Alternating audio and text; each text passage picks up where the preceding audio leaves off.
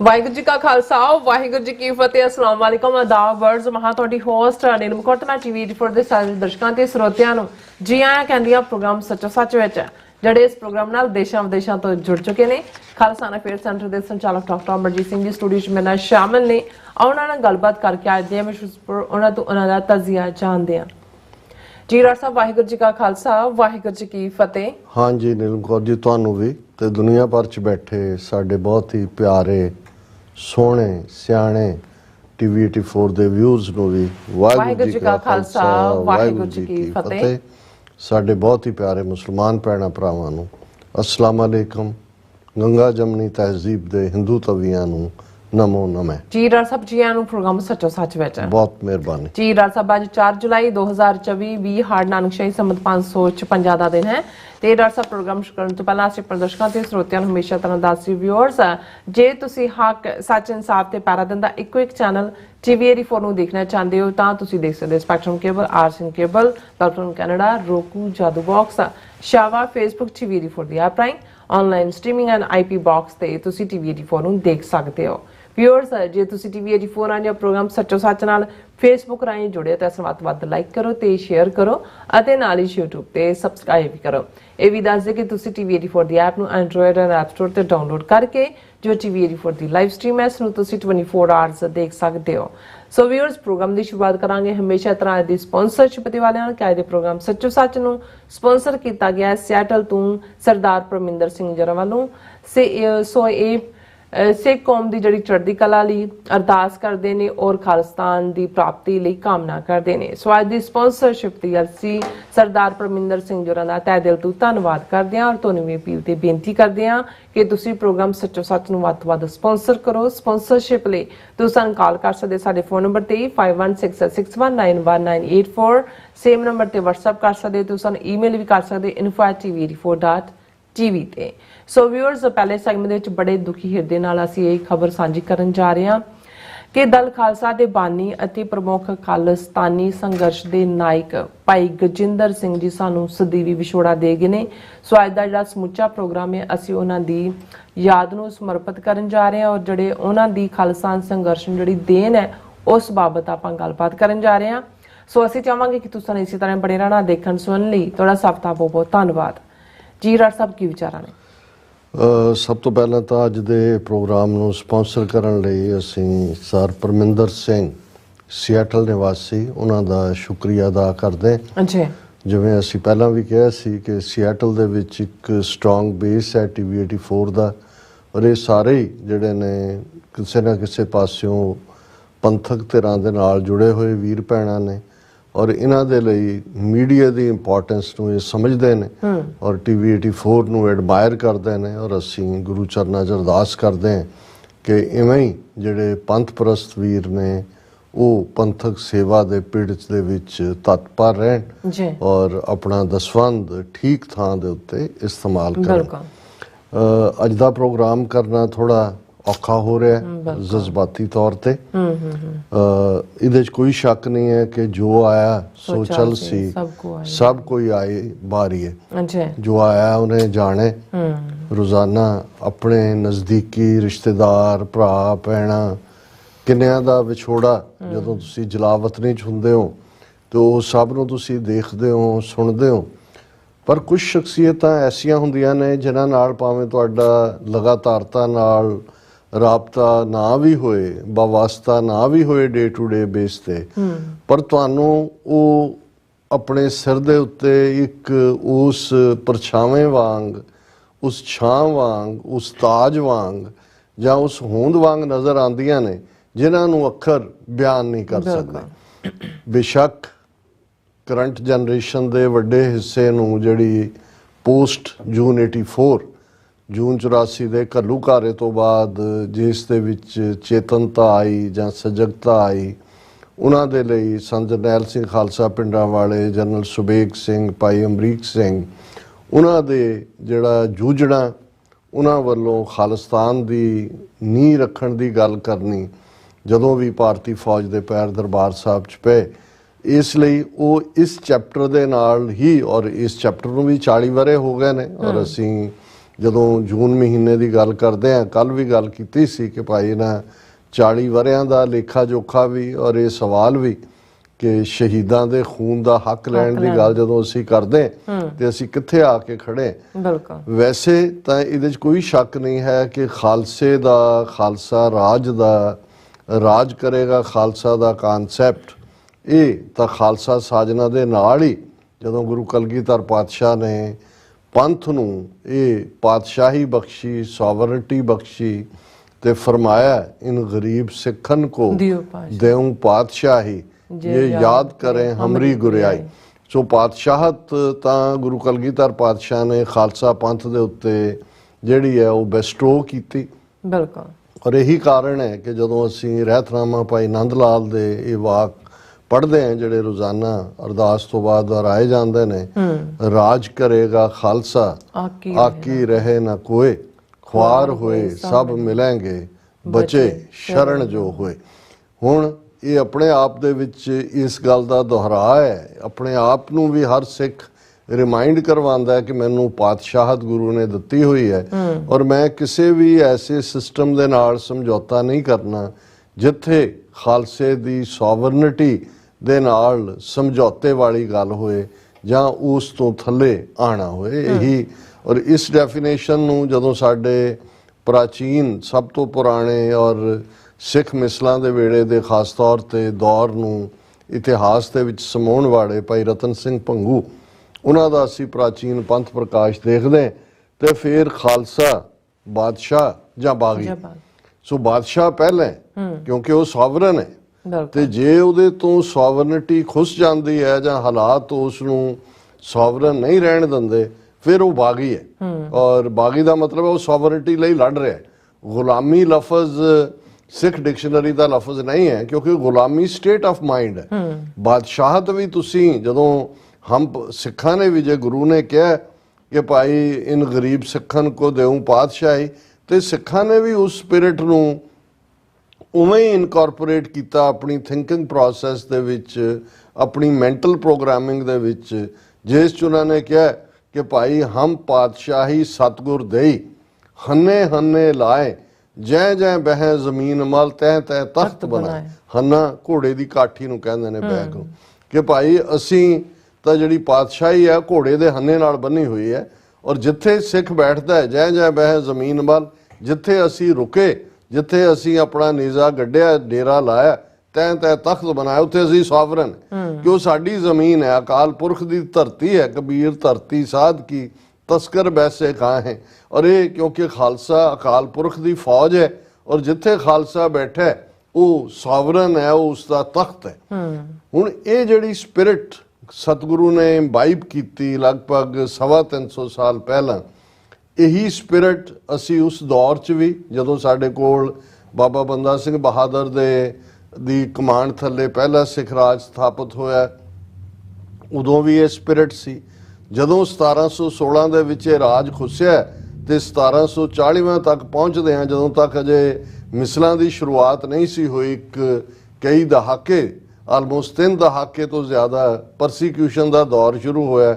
ਉਦੋਂ ਵੀ ਸਿੱਖ ਇਹੀ ਪੜ੍ਹਦੇ ਸੀ ਕਿ ਭਾਈ ਹਮ ਰਾਖਤ ਪਾਤਸ਼ਾਹੀ ਦਾਵਾ ਜਾਂ ਇਤਕੋ ਜਾਂ ਅਗਲੋ ਪਾਵਾ, ਪਾਤਸ਼ਾਹੀ ਦਾ ਦਾਵਾ ਤਾਂ ਛੱਡਿਆ ਨਹੀਂ ਹੈ। ਤੇ ਜੇ ਪਾਤਸ਼ਾਹਤ ਆਈ ਤੇ ਫਿਰ ਜਿਹੜਾ ਲਾਹੌਰ ਦਰਬਾਰ, ਜਦੋਂ ਕਿ ਪਹਿਲਾਂ ਭੰਗੀ ਸਰਦਾਰਾਂ ਕੋਲ, ਫਿਰ 1799 ਦੇ ਵਿੱਚ ਮਹਾਰਾਜਾ ਰਣਜੀਤ ਸਿੰਘ ਦੀ ਕਮਾਂਡ ਥੱਲੇ ਸਰਕਾਰੇ ਖਾਲਸਾ ਜੀਓ ਸਥਾਪਿਤ ਹੁੰਦਾ ਤੇ ਫਿਰ ਉਹ ਪਾਤਸ਼ਾਹਤ ਹੈ।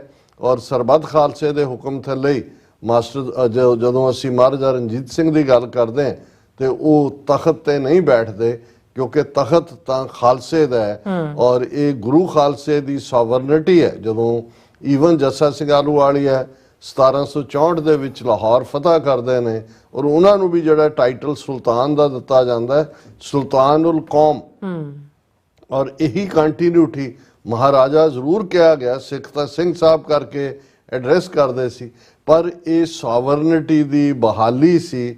ਉਹਦੇ 'ਚ ਵੀ ਸਿੱਖ ਇਹ ਪੜ੍ਹਦੇ ਸੀ ਰਾਜ ਕਰੇਗਾ ਖਾਲਸਾ, ਕਿਉਂਕਿ ਰਾਜ ਕਰੇਗਾ ਖਾਲਸਾ, ਜਿਵੇਂ ਇੱਕ ਅੱਧ ਅਕਲ ਦੇ ਸਿੱਖ ਹਿਸਟੋਰੀਅਨ ਨੇ ਕਿਹਾ ਜੀ, ਜਦੋਂ ਸਿੱਖ ਰਾਜ ਆ ਗਿਆ ਰਣਜੀਤ ਸਿੰਘ ਦੇ ਥੱਲੇ ਤੇ ਉਹ ਭਵਿੱਖਬਾਣੀ ਜਿਹੜੀ ਸੀ ਉਹ ਮੁਕੰਮਲ ਹੋ ਗਈ, ਇਸ ਲਈ ਇਸ ਨੂੰ ਛੱਡ ਦੇਣਾ ਚਾਹੀਦਾ ਹੈ। ਨਹੀਂ, ਇਹ ਜਦੋਂ ਖਾਲਸੇ ਦੇ ਕੋਲ ਰਾਜ ਭਾਗ ਸੀ ਫਿਰ ਵੀ ਖਾਲਸਾ ਇਹ ਯਾਦ ਦਹਾਨੀ ਕਰਵਾਉਂਦਾ ਸੀ ਵੀ ਅਸੀਂ ਸੋਵਰਨ ਹੈ, ਜੇ ਰਾਜ ਭਾਗ ਨਾ ਵੀ ਰਿਹਾ ਫਿਰ ਵੀ ਅਸੀਂ ਆਪਣੀ ਸੋਵਰਨਟੀ ਲਈ ਲੜਾਂਗੇ।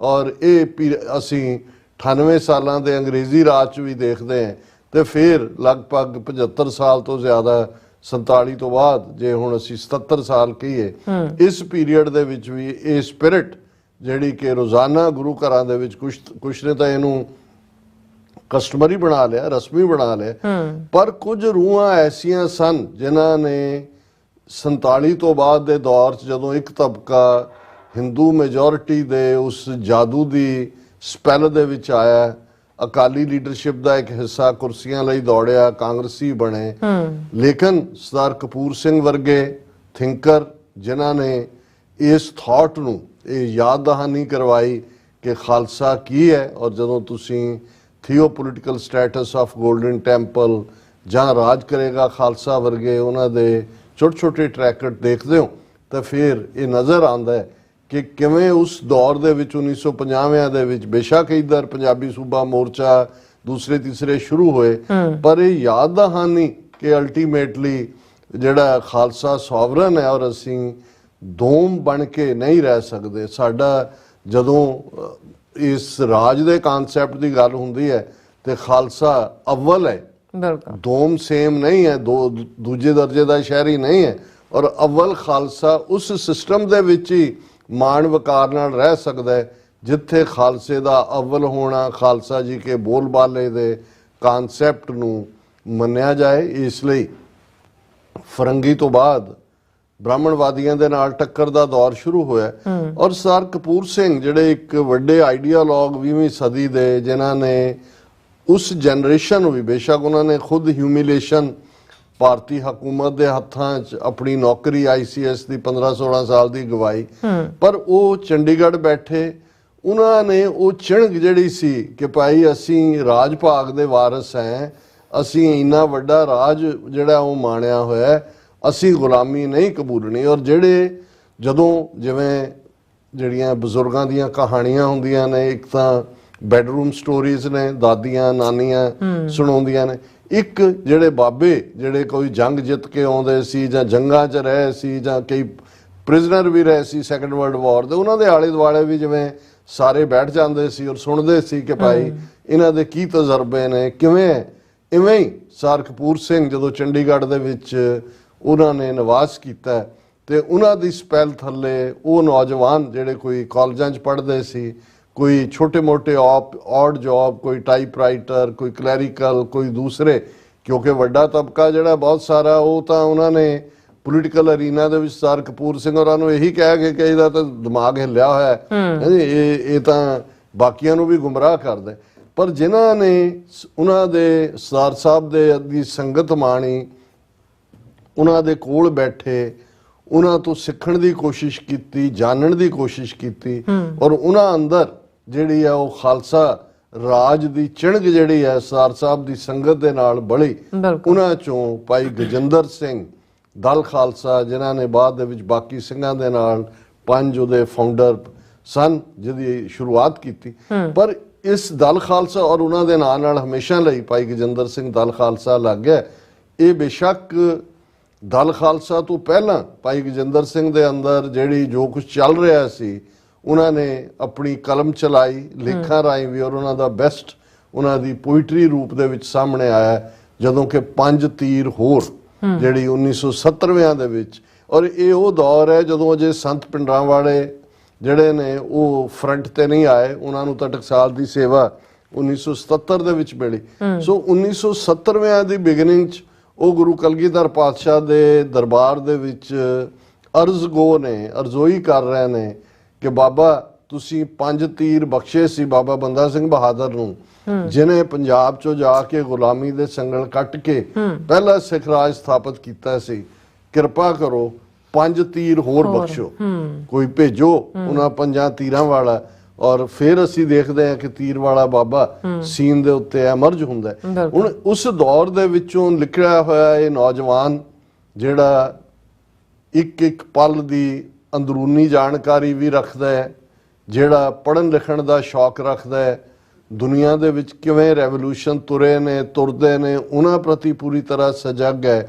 ਔਰ ਇਸ ਦੇ ਨਾਲ ਨਾਲ ਅਕਾਲ ਤਖਤ ਸਾਹਿਬ ਔਰ ਅਕਾਲ ਤਖਤ ਸਾਹਿਬ ਨਾਲ ਦੀ ਮਰਿਆਦਾ ਔਰ ਪੰਥਕ ਭਾਵਨਾ ਉਸ ਨੂੰ ਪਰਨਾਇਆ ਹੋਇਆ ਹੈ ਔਰ ਬਾਗੀ ਹੈ, ਜਨਮ ਤੋਂ ਬਾਗੀ ਹੈ। ਔਰ ਉਹ ਭਾਵੇਂ ਇੰਦਰਾ ਗਾਂਧੀ ਜਦੋਂ ਡੇਰਾ ਬੱਸੀ ਆਈ 1970 ਦੇ ਵਿੱਚ, ਉਦੋਂ ਗਜਿੰਦਰ ਸਿੰਘ ਨੇ ਪੈਂਫਲੇਟ ਸੁੱਟ ਕੇ ਆਪਣੇ ਜਿਹੜੀ ਹੈ ਸਿੱਖ ਰਾਜ ਦੀ ਗੱਲ ਕੀਤੀ, ਐਮਰਜੈਂਸੀ ਦੇ ਖਿਲਾਫ। ਔਰ ਫਿਰ ਅਸੀਂ ਇਸ ਸਾਰੇ ਦੌਰ 'ਚ ਉਹਨਾਂ ਦਾ ਇੱਕ ਲੰਬਾ ਇਤਿਹਾਸ ਹੈ ਕਿ ਕਿਵੇਂ ਉਹਨਾਂ ਨੇ ਆਪਣੀ ਉਸ ਪੋਇਟਰੀ ਨੂੰ ਜਿਹੜੀ ਉਹਨਾਂ ਦੀ ਆਈਡੀਓਲੋਜੀਕਲੀ ਖਾਲਿਸਤਾਨ ਵੱਲੋਂ ਤੁਰੇ, ਉਸ ਨੂੰ ਉਹਨਾਂ ਨੇ ਐਜ਼ ਏ ਐਕਟਿਵਿਸਟ ਕਿਵੇਂ ਉਸ ਦੇ ਵਿੱਚ ਤਬਦੀਲ ਕੀਤਾ। ਕਿਵੇਂ ਉਸ ਜ਼ਮਾਨੇ 'ਚ ਜਦੋਂ ਕੋਈ ਸੋਚ ਵੀ ਨਹੀਂ ਸੀ ਸਕਦਾ ਕਿ ਇਹ ਖਾਲਿਸਤਾਨ ਔਰ ਖਾਲਸਾ ਰਾਜ ਔਰ ਇਹ ਕੀ ਜਿਹੜੇ ਨੇ ਕਿਸ ਕਿਸਮ ਦੀਆਂ ਗੱਲਾਂ ਨੇ, ਉਹਨਾਂ ਦੇ ਲਈ ਇਹ ਸਾਕਾਰ ਹੋ ਰਿਹਾ ਸੁਪਨਾ ਸੀ, ਜਿਹੜਾ ਪਹਿਲਾਂ ਸੁਪਨਾ ਬਣਦਾ ਹੈ, ਫਿਰ ਉਹ ਸੰਕਲਪ ਬਣਦਾ ਹੈ, ਫਿਰ ਉਹ ਅਲਟੀਮੇਟਲੀ ਜਿਹੜਾ ਉਹ ਰਿਐਲਿਟੀ ਬਣਦਾ, ਉਸ ਨੂੰ ਸੁਪਨੇ ਨੂੰ। ਔਰ ਉਹਨਾਂ ਦੀ ਪੁਸਤਕ ਜਿਹੜਾ ਕਾਵਿ ਸੰਗ੍ਰਹਿ ਕੁਝ ਸਾਲ ਪਹਿਲਾਂ ਪਬਲਿਸ਼ ਹੋਇਆ ਮੇਰੇ ਸਾਹਮਣੇ ਹੈ, ਸੁਪਨੇ ਤੋਂ ਸੰਘਰਸ਼ ਵੱਲ। ਔਰ ਉਸ ਦੀਆਂ ਮੈਂ ਟਾਈਟਲ ਲਾਈਨਾਂ ਪੜ੍ਹਨਾ ਚਾਹਾਂਗਾ। ਸੁਪਨਾ ਸਾਕਾਰ ਕਰਨਾ ਹੈ, ਕਰਨਾ ਹੀ ਕਰਨਾ ਹੈ, ਹਰ ਹਾਲ 'ਚ ਕਰਨਾ ਹੈ, ਅਸਾਂ ਮਰ ਮਰ ਜੰਮਣਾ ਹੈ ਤੇ ਜੰਮ ਜੰਮ ਮਰਨਾ ਹੈ, ਭਾਵੇਂ 100 ਜਨਮ ਲੱਗ ਜਾਣ, ਸੁਪਨਾ ਸਾਕਾਰ ਕਰਨਾ ਹੈ। ਇੱਕ ਸੁਪਨਾ ਦੇਖਿਆ ਸੀ ਸਵੈਮਾਨ ਨਾਲ ਜੀਣ ਦਾ, ਆਪਣੇ ਘਰ-ਬਾਰ ਦਾ, ਖਾਲਸਾ ਦਰਬਾਰ ਦਾ, ਕੌਮ ਦੇ ਸਿਰਤਾਜ ਦਾ, ਮੁੜ ਗਵਾਏ ਹੋਏ ਰਾਜ ਦਾ। ਹੁਣ ਇਹ ਜਿਹੜਾ ਸਫ਼ਰ ਹੈ ਸੁਪਨੇ ਤੋਂ ਸੰਘਰਸ਼ ਵੱਲ, ਇਹ ਕਿਵੇਂ ਅੱਗੋਂ ਤੁਰਦਾ ਹੈ।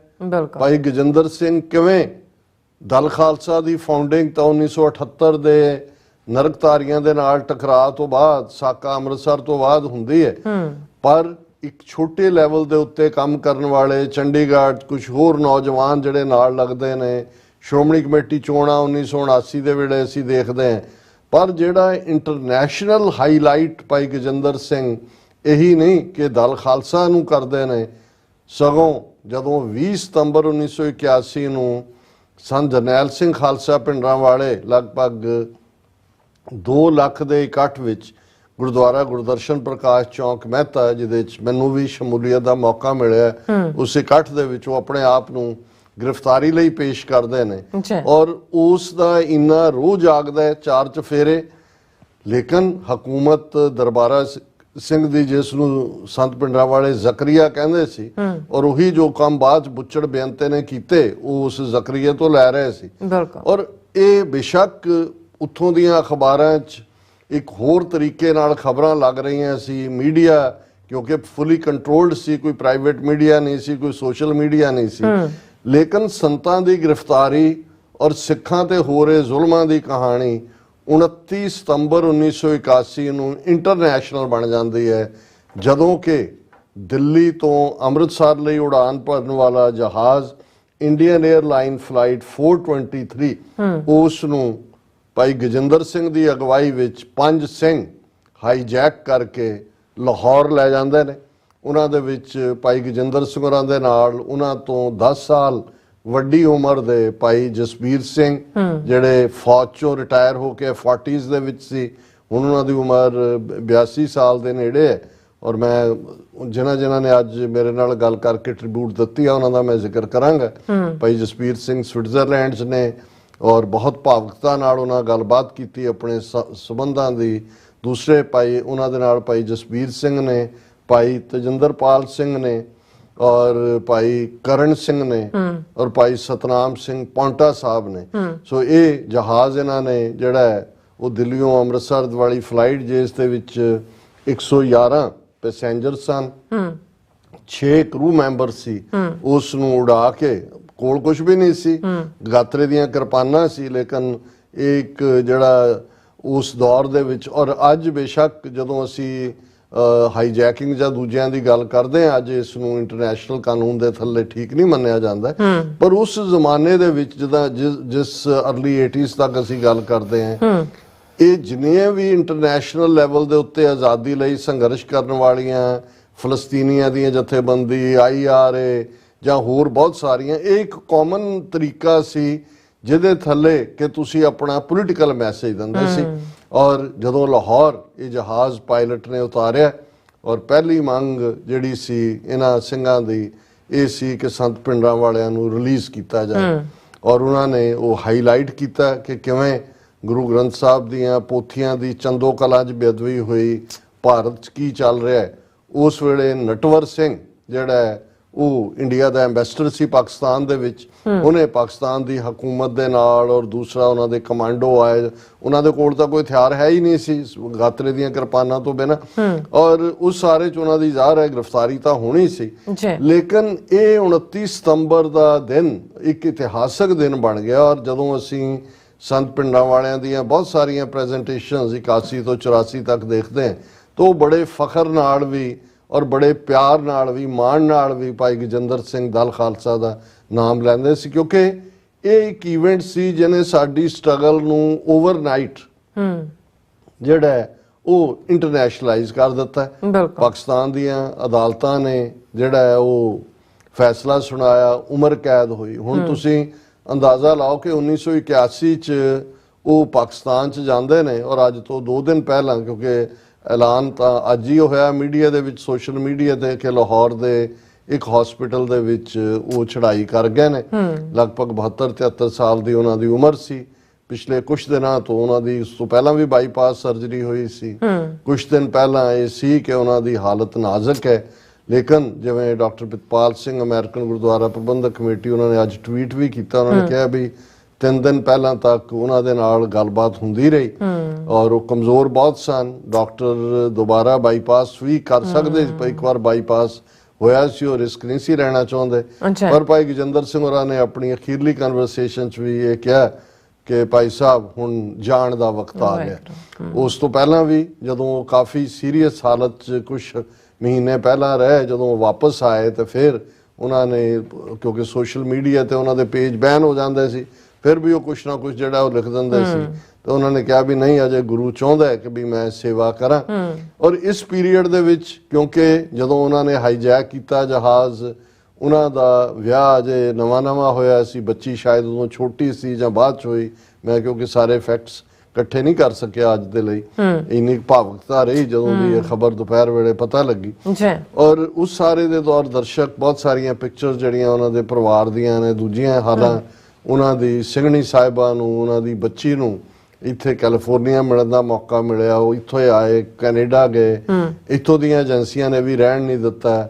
ਫਿਰ ਉਹ ਜਾ ਕੇ ਜਰਮਨ 'ਚ ਬਿਮਾਰ ਵੀ ਰਹਿੰਦੇ ਸੀ, ਉਹਨਾਂ ਦੇ ਸਿੰਘਣੀ ਸਾਹਿਬਾਂ, ਬੀਬੀ ਮਨਜੀਤ ਕੌਰ ਉਹਨਾਂ ਦਾ ਸ਼ਾਇਦ ਨਾਂ ਹੈ, ਔਰ ਉਹ ਵੀ ਚੜ੍ਹਾਈ ਕਰ ਚੁੱਕੇ ਨੇ। ਬੱਚੀ ਦਾ ਬਾਅਦ ਦੇ ਵਿੱਚ ਆਨੰਦ ਕਾਰਜ UK 'ਚ ਹੋਇਆ, ਔਰ ਹੁਣ ਵੀ ਉਹ ਆਪਣੇ, ਜਦੋਂ ਉਹਨਾਂ ਨੂੰ ਪਿਤਾ ਦੀ ਇਹ ਸੀਰੀਅਸਨੈਸ ਦਾ ਪਤਾ ਲੱਗਾ, ਉਹ ਆਪਣੇ ਹਸਬੈਂਡ ਦੇ ਨਾਲ ਉੱਥੇ ਪਹੁੰਚ ਚੁੱਕੇ ਹੋਏ ਨੇ। ਔਰ ਆਉਣ ਵਾਲੇ ਦਿਨਾਂ 'ਚ ਅੱਜ ਬਹੁਤ ਸਾਰੀਆਂ ਥਾਵਾਂ ਦੇ ਉੱਤੇ ਜਿਹੜਾ ਸਾਰਾ ਸੋਸ਼ਲ ਮੀਡੀਆ ਭਰਿਆ ਹੋਇਆ, ਉਹਨਾਂ ਨੂੰ ਟ੍ਰਿਬਿਊਟ ਦਿੰਦੇ। ਪਰ ਤੁਸੀਂ ਇਸ ਪਾਰਟ ਨੂੰ ਦੇਖੋ ਕਿ 1981 ਤੋਂ ਜਦੋਂ ਹੁਣ ਤੱਕ ਅਸੀਂ ਗੱਲ ਕਰਦੇ ਹਾਂ ਤੇ ਕਿੰਨੇ ਸਾਲ ਦੀ ਜਲਾਵਤਨੀ ਹੈ। ਪਰ ਭਾਈ ਗਜਿੰਦਰ, ਔਰ ਇਸ ਗੱਲ ਦਾ ਧਿਆਨ ਰਹੇ ਕਿ ਦੁਸ਼ਮਣ ਜੋ ਕਰਦਾ ਹੈ, ਭਾਰਤੀ ਹਕੂਮਤ ਨੇ ਜੋ ਕੁਝ ਟ੍ਰਾਂਸਨੈਸ਼ਨਲ ਰਿਪਰੈਸ਼ਨ ਦਾ ਕੀਤਾ ਹੈ, ਭਾਈ ਗਜਿੰਦਰ ਸਿੰਘ ਵੀ ਲੰਮੇ ਸਮੇਂ ਤੋਂ ਟਾਰਗੇਟ ਸਨ। ਇਸ ਲਈ ਉਹਨਾਂ ਦਾ ਉੱਥੇ ਰਹਿਣਾ ਜਾਂ ਕਿਸੇ ਨੂੰ ਮਿਲਣਾ ਵੀ ਬਹੁਤ ਗੁਪਤ ਰੂਪ ਦੇ ਵਿੱਚ ਸੀ। ਕਿਵੇਂ ਉਸ ਇਕਾਂਤ ਦੇ ਨਾਲ, ਜਿਨ੍ਹਾਂ ਨੂੰ ਬ੍ਰਿਟਿਸ਼ ਪੀਰੀਅਡ 'ਚ ਸਭ ਤੋਂ ਸਖਤ ਸਜ਼ਾ ਦੇਣੀ ਹੁੰਦੀ ਸੀ, ਉਹਨੂੰ ਸੋਲੀਟਰੀ ਕਨਫਾਈਨਮੈਂਟ ਕਹਿੰਦੇ ਸੀ ਕਿ ਇਹਨੂੰ ਇੱਕ ਕਮਰੇ 'ਚ ਬੰਦ ਕਰ ਦਿਓ, ਕਿਸੇ ਨਾਲ ਮਿਲਣ ਨਾ ਦਿਓ। ਕਿਵੇਂ ਇਹਨਾਂ ਸਾਰਿਆਂ ਨੇ ਆਪਣੀਆਂ ਜ਼ਿੰਦਗੀਆਂ ਗੁਜ਼ਾਰੀਆਂ ਨੇ ਔਰ ਕਿਸ ਹਾਲਤ ਦੇ ਵਿੱਚ ਉਹ ਰਹੇ। ਲੇਕਿਨ ਉਹਨਾਂ ਨੇ ਇੱਕ ਸਟੇਜ ਦੇ ਉੱਤੇ, ਗੁਰਚਰਨ ਸਿੰਘ ਟੌਹੜਾ ਸ਼੍ਰੋਮਣੀ ਕਮੇਟੀ ਪ੍ਰਧਾਨ, ਉਹ ਕਾਫੀ ਸਿੰਪੈਥੈਟਿਕ ਸੀ। ਹਾਲਾਂਕਿ ਅਕਾਲ ਤਖਤ ਸਾਹਿਬ ਤੋਂ ਵੀ ਭਾਈ ਗਜਿੰਦਰ ਸਿੰਘ ਹੋਰਾਂ ਨੂੰ ਆਨਰ ਦਿੱਤਾ ਗਿਆ, ਉਹਨਾਂ ਦੀ ਐਬਸੈਂਸ ਕੰਵਰਪਾਲ ਸਿੰਘ ਦਲ ਖਾਲਸਾ ਨੇ ਰਿਸੀਵ ਕੀਤਾ ਸੀ। ਔਰ ਜਥੇਦਾਰ ਗੁਰਚਰਨ ਸਿੰਘ ਟੌਹੜਾ ਨੇ ਇਹ ਮੈਸੇਜ ਭੇਜਿਆ, ਉਹਨਾਂ ਦੀ ਚਾਹਨਾ ਸੀ, ਉਸ ਵੇਲੇ ਅਡਵਾਨੀ ਹੋਮ ਮਿਨਿਸਟਰ ਸੀ ਗਵਰਨਮੈਂਟ ਲੈਵਲ ਤੇ ਵੀ, ਔਰ ਇੰਡੀਅਨ ਗਵਰਨਮੈਂਟ ਵੀ ਚਾਹੁੰਦੀ ਸੀ ਇੱਕ ਸਟੇਜ ਦੇ ਉੱਤੇ ਕਿ ਜੀ ਇਹ ਜਿਹੜੇ ਪੁਰਾਣੇ ਕ੍ਰਾਂਤੀਕਾਰੀ ਰੈਵੋਲੂਸ਼ਨਰੀ ਨੇ ਜੇ ਮੁੱਖ ਧਾਰਾ ਦੇ ਵਿੱਚ ਆ ਜਾਣ ਤੇ ਫਿਰ ਹੋਏਗਾ ਜੀ, ਗੱਲ ਮੁੱਕ ਗਈ, ਹੁਣ ਅਸੀਂ ਐਕਮੋਡੇਟ ਕੀਤਾ। ਸੋ ਇਸ ਕਿਸਮ ਦੀ ਡਿਸਕਸ਼ਨ ਚੱਲ ਰਹੀ ਸੀ ਕਿ ਭਾਈ ਗਜਿੰਦਰ ਸਿੰਘ ਹੋਰਾਂ ਨੂੰ ਪਟਿਆਲਾ ਸੀਟ ਤੋਂ ਖੜਾ ਕੀਤਾ ਜਾਏਗਾ, ਉਹ MP ਬਣਨਗੇ ਔਰ ਉਹਨਾਂ ਦੀ, ਕਿਉਂਕਿ ਆਲਰੇਡੀ ਉਹਨਾਂ ਨੇ ਆਪਣੀ ਜੇਲ੍ਹ ਤਾਂ ਪੂਰੀ ਕੀਤੀ ਹੋਈ ਹੈ ਪਾਕਿਸਤਾਨ 'ਚ, ਉਹ ਆ ਕੇ ਉਹਨਾਂ ਦੀ ਰੀਹੈਬਿਲਿਟੇਸ਼ਨ ਹੋਏਗੀ। ਕਿਉਂਕਿ ਇਸ ਤੋਂ ਪਹਿਲਾਂ ਜਿਹੜਾ ਟ੍ਰੈਂਡ ਸੈਟਿੰਗ ਕੇਸ ਜਿਹੜੇ ਇਹਨਾਂ 5 ਹਾਈਜੈਕਰਾਂ 'ਚੋਂ ਸਤਨਾਮ ਸਿੰਘ ਪੌਂਟਾ ਸਾਹਿਬ ਸਨ, ਉਹ ਇੱਥੇ ਆਏ, ਅਮਰੀਕਾ ਆਉਣ ਦੀ ਕੋਸ਼ਿਸ਼ ਕੀਤੀ, ਇੱਥੇ ਵੀ ਜੇਲ੍ਹ 'ਚ ਰਹੇ, ਫਿਰ ਵਾਪਸ ਰਿਪੋਰਟ ਹੋਏ, ਫੜ ਲਿਆ ਸੀ ਉਹਨਾਂ ਨੂੰ, ਪਰ ਸੁਪਰੀਮ ਕੋਰਟ ਨੇ ਇੰਡੀਅਨ ਨੇ ਫੈਸਲਾ ਦਿੱਤਾ ਸੀ ਕਿ ਆਲਰੇਡੀ ਕਿਉਂਕਿ ਉਹਨਾਂ ਨੇ 14-15 ਸਾਲ ਜੇਲ੍ਹ ਕੱਟ ਲਈ ਹੈ ਲਾਹੌਰ 'ਚ ਔਰ ਇੱਕੋ ਕੇਸ 'ਚ 2 ਥਾਵਾਂ ਤੇ ਸਜ਼ਾ ਨਹੀਂ ਹੁੰਦੀ, ਇਸ ਲਈ ਉਹਨਾਂ ਨੂੰ ਰਿਲੀਜ਼ ਕੀਤਾ ਗਿਆ। ਸੋ ਭਾਈ ਗਜਿੰਦਰ ਸਿੰਘ ਦੀ ਵਾਪਸੀ ਜਿਹੜੀ ਹੈ ਬਿਲਕੁਲ ਉਸ ਲਿਹਾਜ਼ ਨਾਲ ਸੌਖੀ ਸੀ। ਔਰ ਟੋੜਾ ਉਸ ਪੀਰੀਅਡ ਦੇ ਵਿੱਚ, ਟੋੜੇ ਨੇ ਜਦੋਂ ਇਹ ਮੈਸੇਜ ਭੇਜਿਆ ਉਹਨਾਂ ਨੂੰ ਕਿ ਇਹ ਸਾਡੀ, ਮੇਰੀ ਵੀ ਚਾਹਨਾ ਹੈ, ਤੁਹਾਡੀ ਬਹੁਤ ਵੱਡੀ ਖਿਦਮਤ ਹੈ, ਤੁਸੀਂ ਜਿਵੇਂ ਇੱਕ ਜਿਹੜਾ ਬਿਲਕੁਲ ਨਿਸ਼ਕਾਮ ਭਾਵਨਾ ਦੇ ਨਾਲ ਸਰਵ ਕੀਤਾ ਜੀ। ਤੇ ਭਾਈ ਗਜਿੰਦਰ ਸਿੰਘ ਨੇ ਕਿਹਾ ਵੀ ਜਥੇਦਾਰ ਸਾਹਿਬ ਤੁਹਾਡਾ ਸ਼ੁਕਰੀਆ, ਪਰ ਇੱਕ ਬਾਗੀ ਦਾ ਘਰ ਪਰਤਣਾ 2 ਤਰ੍ਹਾਂ ਹੁੰਦਾ ਹੈ, ਜਿੱਤ ਕੇ ਜਾਂ ਸ਼ਹੀਦ ਹੋਣ ਦੇ ਲਈ। ਬਾਕੀ ਕੋਈ ਵੀ ਰਸਤਾ ਜਿਹੜਾ ਹੈ ਉਹ ਗੁਲਾਮੀ ਨੂੰ ਕਬੂਲਣਾ ਹੁੰਦਾ ਹੈ, ਹਾਰ ਨੂੰ ਕਬੂਲਣਾ ਹੁੰਦਾ ਹੈ, ਤੇ ਅਸੀਂ ਹਾਰ ਕਬੂਲਣ ਵਾਲਿਆਂ ਚੋਂ ਨਹੀਂ ਹੈ। ਤੁਹਾਡਾ ਬਹੁਤ ਸ਼ੁਕਰੀਆ। ਸੋ ਭਾਈ ਗਜਿੰਦਰ ਸਿੰਘ ਜਿਹਨਾਂ ਹਾਲਾਤਾਂ ਚੋਂ, ਮੈਂ ਸਮਝਦਾ ਹਾਂ ਕਿ ਜਿਹੜੇ ਲੋਕ ਅੱਜ, ਮੈਂ ਟਕੇ ਦੇ ਲਫ਼ਜ਼ ਤਾਂ ਨਹੀਂ ਕਹਿਣਾ ਚਾਹੁੰਦਾ, ਪਰ ਜਿਹੜੇ ਲੋਕ ਉੱਠਦੇ ਨੇ ਜਾਂ ਜਿਹੜੇ ਮੂਵਮੈਂਟ ਪ੍ਰਤੀ ਕੋਈ ਵੀ ਇਸ ਕਿਸਮ ਦੀ ਕਮਜ਼ੋਰ ਗੱਲ ਕਰਦੇ ਨੇ, ਉਹਨਾਂ ਨੂੰ ਕਮਜ਼ੋਰ ਲੋਕ ਤਾਂ ਨਜ਼ਰ ਆ ਜਾਂਦੇ ਨੇ ਕਿ ਕਿਹੜਾ ਵਿਕਿਆ, ਕਿਹੜਾ ਸਰਕਾਰ ਦੇ ਜਹਾਜ਼ੇ ਚੜਿਆ, ਕਿਹੜਾ ਬਾਦਲਾਂ ਦੇ ਜਹਾਜ਼ੇ ਚੜਿਆ। ਉਹਨਾਂ ਨੂੰ ਇਹ ਆਈਕੋਨਿਕ ਫਿਗਰਸ ਕਿਉਂ ਨਹੀਂ ਨਜ਼ਰ ਆਈਆਂ ਜਾਂ ਕਿਉਂ ਨਹੀਂ ਨਜ਼ਰ ਆਉਂਦੀਆਂ ਕਿ ਕਿਹਨਾਂ ਹਾਲਾਤਾਂ ਜੋ ਗੁਜ਼ਰਦੇ। ਔਰ ਜੇ ਮੈਂ ਉਹਨਾਂ ਦੀ ਪੋਇਟਰੀ, ਮੇਰਾ ਜੀ ਕਰਦਾ ਵੀ ਮੈਂ ਉਹਨਾਂ ਦੀ ਇਹ ਸਾਰੇ ਹੀ ਕਾਵਿ ਸੰਗ੍ਰਹਿ ਨੂੰ ਅੱਜ ਦੇ ਪ੍ਰੋਗਰਾਮ 'ਚ ਪੜ੍ਹਾਂ ਔਰ ਕੁਛ ਨਾ ਕਰਾਂ। ਮੈਂ ਵੀ ਅੱਜ ਸਾਰਾ ਵਕਤ ਇਹ ਨਜ਼ਮਾਂ ਹੀ ਪੜ੍ਹਦਾ ਰਿਹਾ। ਔਰ ਇਸ ਸਾਰੇ ਦੇ ਚੱਲਦਿਆਂ ਜੇ ਤੁਸੀਂ ਉਹਨਾਂ ਦੀ ਉਸ ਭਾਵਨਾ ਨੂੰ ਦੇਖਦੇ ਹੋ ਕਿ ਵੀ ਕਿਸ ਤਰੀਕੇ ਨਾਲ ਉਹਨਾਂ ਦੇ ਅੰਦਰ ਉਹ ਅਡਿਗ ਸਪਿਰਿਟ ਹੈ। ਉਹ ਕਹਿੰਦੇ ਨੇ ਸਾਡਾ ਰਾਹ ਸੂਲਾਂ ਦੀ ਸੇਜ, ਸਾਡਾ ਰਾਹ ਸੂਲਾਂ ਦੀ ਸੇਜ ਓਏ ਮਿੱਤਰੋ, ਰਾਹ ਸੂਲਾਂ ਦੀ ਸੇਜ, ਜੰਜ ਚੜ੍ਹਨੀ ਦਰਵਾਜ਼ੇ ਜੇਲਾਂ ਦੇ ਤੇ ਕੈਦਾਂ ਮਿਲਣ ਦਹੇਜ। ਸਾਡਾ ਰਾਹ ਸੂਲਾਂ ਦੀ ਸੇਜ ਓਏ ਮਿੱਤਰੋ, ਰਾਹ ਸੂਲਾਂ ਦੀ ਸੇਜ, ਅਸੀਂ ਵਧਣਾ ਆਪਣੀ ਮੰਜ਼ਿਲ ਵੱਲ, ਪਿੱਛੇ ਨਹੀਂ ਹਟਣਾ। ਸਿਰ ਭਾਵੇਂ ਲੈ ਜਾਏ ਆਪਣਾ ਤੇ ਭਾਵੇਂ ਪੈ ਜਾਏ ਕਿਸੇ ਦਾ ਸਿਰ ਕੱਟਣਾ, ਅਸੀਂ ਵਧਣਾ ਆਪਣੀ ਮੰਜ਼ਿਲ ਵੱਲ, ਪਿੱਛੇ ਨਹੀਂ ਹਟਣਾ। ਰਾਜ ਅਸੀਂ ਲੈਣਾ ਆਪਣਾ, ਬੋਲ ਬਾਲੇ ਖਾਲਸੇ ਦੇ ਹੁਣ ਕਰਨੇ, ਇਹਦੇ ਬਿਨਾ ਸਰਨਾ ਨਹੀਂ, ਬੇੜੇ ਕੌਮ ਦੇ ਤਾਈਓ ਨੇ ਭਾਈਓ ਤਰਨੇ। ਰਾਜ ਅਸੀਂ ਲੈਣਾ ਆਪਣਾ, ਬੋਲ ਬਾਲੇ ਖਾਲਸੇ ਦੇ ਹੁਣ ਕਰਨੇ। ਫਿਰ ਉਹਨਾਂ ਨੇ ਜਿਸ ਭਾਵਨਾ ਦੇ ਨਾਲ ਜਿਸ ਰਸਤੇ ਤੇ ਉਹ ਤੁਰੇ, ਉਸ ਨੂੰ ਉਹਨਾਂ ਨੇ ਜਿਹੜੇ ਰਾਹ ਦੇ ਵਿੱਚ ਜਿਹੜੇ ਲੋਕ ਆਏ ਉਹਨਾਂ ਨੇ ਕਿਵੇਂ ਬਿਟਰੇ ਕੀਤਾ, ਉਹਨਾਂ ਦਾ ਜ਼ਿਕਰ ਵੀ, ਪਰ ਮੈਂ ਬਹੁਤ ਘੱਟ ਉਹਨਾਂ ਦੀ ਲਿਖਤਾਂ ਦੇ ਵਿੱਚ ਸ਼ਿਕਾਇਤ ਦੇਖੀ, ਬਹੁਤ ਘੱਟ। ਕਿਤੇ ਕਿਤੇ ਉਹ ਜ਼ਰੂਰ ਪਰਸਨਲ ਕਨਵਰਸੇਸ਼ਨ ਦੇ ਵਿੱਚ ਕਿ ਭਾਈ ਅਸੀਂ ਸਿੱਖਦੇ ਕਿਉਂ ਨਹੀਂ ਕੁਛ ਵੀ, ਜਾਂ ਉਹਨਾਂ ਨੂੰ ਇਹ ਮਲਾਲ ਵੀ ਹੁੰਦਾ ਸੀ ਕਿ ਕੌਮ ਦੇ ਬੌਧਿਕ ਪੱਧਰ ਵਾਲੇ ਲੋਕ ਕਿਉਂ ਇੰਨੇ ਥੋੜੇ ਨੇ, ਜਾਂ ਬਹੁਤ ਵਾਰ ਅਸੀਂ ਲਾਲਾ ਲਾਲਾ ਕਰਕੇ ਇਧਰ ਨੂੰ ਹੋ ਗਏ ਉਧਰ ਨੂੰ ਹੋ ਗਏ, ਪੱਗ ਲਾਉਣ ਨੂੰ ਅਸੀਂ ਕਿਸੇ ਦੀ ਤਿਆਰ ਹੈ, ਕਿਸੇ ਗੱਲ ਨੂੰ ਦੇਖੇ ਬਿਨਾਂ। ਪਰ ਇਹ ਉਹਨਾਂ ਦਾ, ਔਰ ਉਹਦੇ ਤੇ ਉਹਨਾਂ ਨੇ ਇਹ ਕੈਸੀ ਜ਼ਿੰਦਗੀ ਹੈ, ਇਸ ਦੇ ਉੱਤੇ ਉਹਨਾਂ ਨੇ ਉਸ ਕਿਸਮ ਦੇ ਲੋਕਾਂ ਦੇ ਉੱਤੇ ਇੱਕ ਸਿੰਪਲ ਟਿੱਪਣੀ ਕੀਤੀ ਹੈ। ਇਹ ਕੈਸੀ ਜ਼ਿੰਦਗੀ ਹੈ ਤੇ ਕੈਸੇ ਲੋਕ ਹਨ ਇਹ ਉਹ ਤਾਂ ਨਹੀਂ ਹਨ ਸੁਣਿਆ ਸੀ ਜਿਨ੍ਹਾਂ ਬਾਰੇ, ਇਹ ਉਹ ਤਾਂ ਨਹੀਂ ਹਨ ਪੜ੍ਹਿਆ ਸੀ ਜਿਨ੍ਹਾਂ ਬਾਰੇ, ਜਿਨ੍ਹਾਂ ਦੇ ਬਾਰੇ ਪੜ੍ਹ ਕੇ, ਜਿਨ੍ਹਾਂ ਦੇ ਬਾਰੇ ਸੁਣ ਕੇ ਮੈਂ ਤੁਰ ਪਿਆ ਸੀ ਘਰ ਤੋਂ ਇੱਕ ਘਰ ਬਣਾਉਣ ਖਾਤਰ। ਪਵਿੱਤਰ ਧਰਤ ਹੈ ਤੇਰੀ, ਤੇਰੇ ਝੰਡੇ ਝੁਲਾਉਣ ਖਾਤਰ, ਤੇਰੇ ਨਾਮ ਦੇ ਹੀ ਸਿੱਕੇ ਚਲਾਉਣ ਖਾਤਰ। ਜੋ ਅੱਜ ਦੇਖਦਾ ਹਾਂ, ਜੋ ਪੜ੍ਹ ਸੁਣ ਰਿਹਾ ਹਾਂ, ਜਿਨ੍ਹਾਂ 'ਚ ਰਹਿ ਰਿਹਾ ਹਾਂ, ਜਿਨ੍ਹਾਂ 'ਚ ਘਿਰ ਗਿਆ ਹਾਂ, ਇਹ ਉਹ ਤਾਂ ਨਹੀਂ ਹਨ, ਇਹ ਤਾਂ ਹੋਰ ਹੀ ਹਨ। ਬੰਦੇ ਨਹੀਂ ਹਨ ਤੇਰੇ, ਨਾਵਾਂ ਦੇ ਚੋਰ ਹੀ ਹਨ। ਝੂਠੀ ਹਨ ਜਾਂ ਸੱਚੀ, ਅਖਬਾਰ ਦੀ ਖਬਰ ਹਨ। ਸ਼ੋਹਰਤ ਦੀ ਲਾਲਸਾ ਹਨ, ਸੱਚਾਈ ਦੀ ਕਬਰ ਹਨ। ਇਹ ਕੈਸੀ ਜ਼ਿੰਦਗੀ ਹੈ ਤੇ ਕੈਸੇ ਲੋਕ ਹਨ। ਹੁਣ ਇਹ ਮਲਾਲ ਵੀ ਹੈ, ਲੇਕਿਨ ਆਪਣੀ ਸਪਿਰਿਟ ਨੂੰ ਕਦੇ ਉਹਨਾਂ ਨੇ ਡਾਊਨ ਨਹੀਂ ਹੋਣ ਦਿੱਤਾ। ਜੰਗ ਜਾਰੀ ਹੈ। ਜੰਗ ਹਿੰਦ ਪੰਜਾਬ ਦਾ ਅੱਜ ਬਣਿਆ ਹਿੰਦੁਸਤਾਨ ਅਤੇ ਖਾਲਿਸਤਾਨ ਦਾ ਜੀ। ਹੁਣ ਤਾਂ ਜ਼ਿੰਦਗੀ ਮੌਤ ਦਾ ਸਵਾਲ ਬਣਿਆ। ਮੁੱਲ ਕੋਈ ਨਹੀਂ ਕਿਸੇ ਦੀ ਜਾਨ ਦਾ ਜੀ। ਸਿੰਘਾਂ ਜਾਨ ਪਿਆਰੀ ਹੁਣ ਨਹੀਂ ਕਰਨੀ। ਮੰਜ਼ਲ ਮਾਰਨ ਤੋਂ ਪਹਿਲਾਂ ਅਸਾਂ ਰੁਕਣਾ ਨਹੀਂ। ਸਾਨੂੰ ਪਤਾ ਹੈ ਦਿੱਲੀ ਦੇ ਜ਼ਬਰ ਦਾ ਵੀ, ਅਸਾਂ ਜ਼ਬਰ ਦੇ ਸਾਹਮਣੇ ਝੁਕਣਾ ਨਹੀਂ। ਸਾਡੀ ਗੁੜਤੀ ਤਲਵਾਰ ਦੀ ਛੋਹ ਦੀ ਹੈ। ਸਾਡਾ ਅੰਮ੍ਰਿਤ ਵੀ ਖੰਡੇ ਦੀ ਧਾਰ ਦਾ ਹੈ। ਸਾਡੀ ਖੇਡ ਹੈ ਜੰਗ ਦਾ ਰੂਪ ਹੁੰਦੀ। ਸਾਨੂੰ ਚਾਰਿਆ ਸੋਹਣੇ ਹਥਿਆਰ ਦਾ ਹੈ। ਅਸੀਂ ਸਿਰ ਝੁਕਾ ਕੇ ਨਹੀਂ ਤੁਰਨਾ, ਅਸੀਂ ਸਿਰ ਉਠਾ ਕੇ ਤੁਰਨ ਵਾਲੇ। ਜਿਸ ਰਾਹ ਤੇ ਤੁਰ ਪਏ ਕਰ ਨਿਸ਼ਚਾ, ਨਹੀਂ ਅੱਧ ਵਿਚਾਲਿਓਂ ਮੁੜਨ ਵਾਲੇ। ਅਸੀਂ ਬਾਰ ਪਰਾਏ ਹੁਣ ਨਹੀਂ ਬਹਿਣਾ, ਖਾਲਿਸਤਾਨ ਬਣਾ ਕੇ ਹੈ ਦਮ ਲੈਣਾ। ਸਾਡੀ ਜੰਗ ਹੀ ਸਾਡੀ ਪਹਿਚਾਨ ਹੈ। ਅੱਜ ਜੰਗ ਜਾਰੀ ਹੈ, ਜੰਗ ਨੇ ਜਾਰੀ ਰਹਿਣਾ। ਸੋ ਇਸ ਕਿਸਮ ਦੀ ਸਪਿਰਿਟ, ਔਰ ਇਹ ਵੀ ਉਹਨਾਂ ਦੀ ਇੱਕ ਨਜ਼ਮ ਜਿਹੜੀ ਅੱਜ ਸੋਸ਼ਲ ਮੀਡੀਆ ਤੇ ਸਰਕੂਲੇਟ ਹੋ ਰਹੀ ਹੈ। ਕਿੰਜ ਮਾਰੇਗਾ ਕੋਈ ਸਾਨੂੰ, ਕਿੰਜ ਮਾਰੇਗਾ ਕੋਈ ਸਾਨੂੰ, ਅਸੀਂ ਖੁਸ਼ਬੂ ਹਾਂ ਹਵਾਵਾਂ 'ਚ ਖਿਲਰ ਜਾਵਾਂਗੇ। ਕਿੰਜ ਮਾਰੇਗਾ ਕੋਈ ਸਾਨੂੰ, ਅਸੀਂ ਖੁਸ਼ਬੂ ਹਾਂ ਹਵਾਵਾਂ 'ਚ ਖਿਲਰ ਜਾਵਾਂਗੇ। ਕੌਣ ਰੋਕੇਗਾ ਸਾਡੇ ਰਾਹਾਂ ਨੂੰ, ਵਧਾਂਗੇ ਬਣ ਕੇ ਬੁੱਲੇ ਹਵਾਵਾਂ ਦੇ।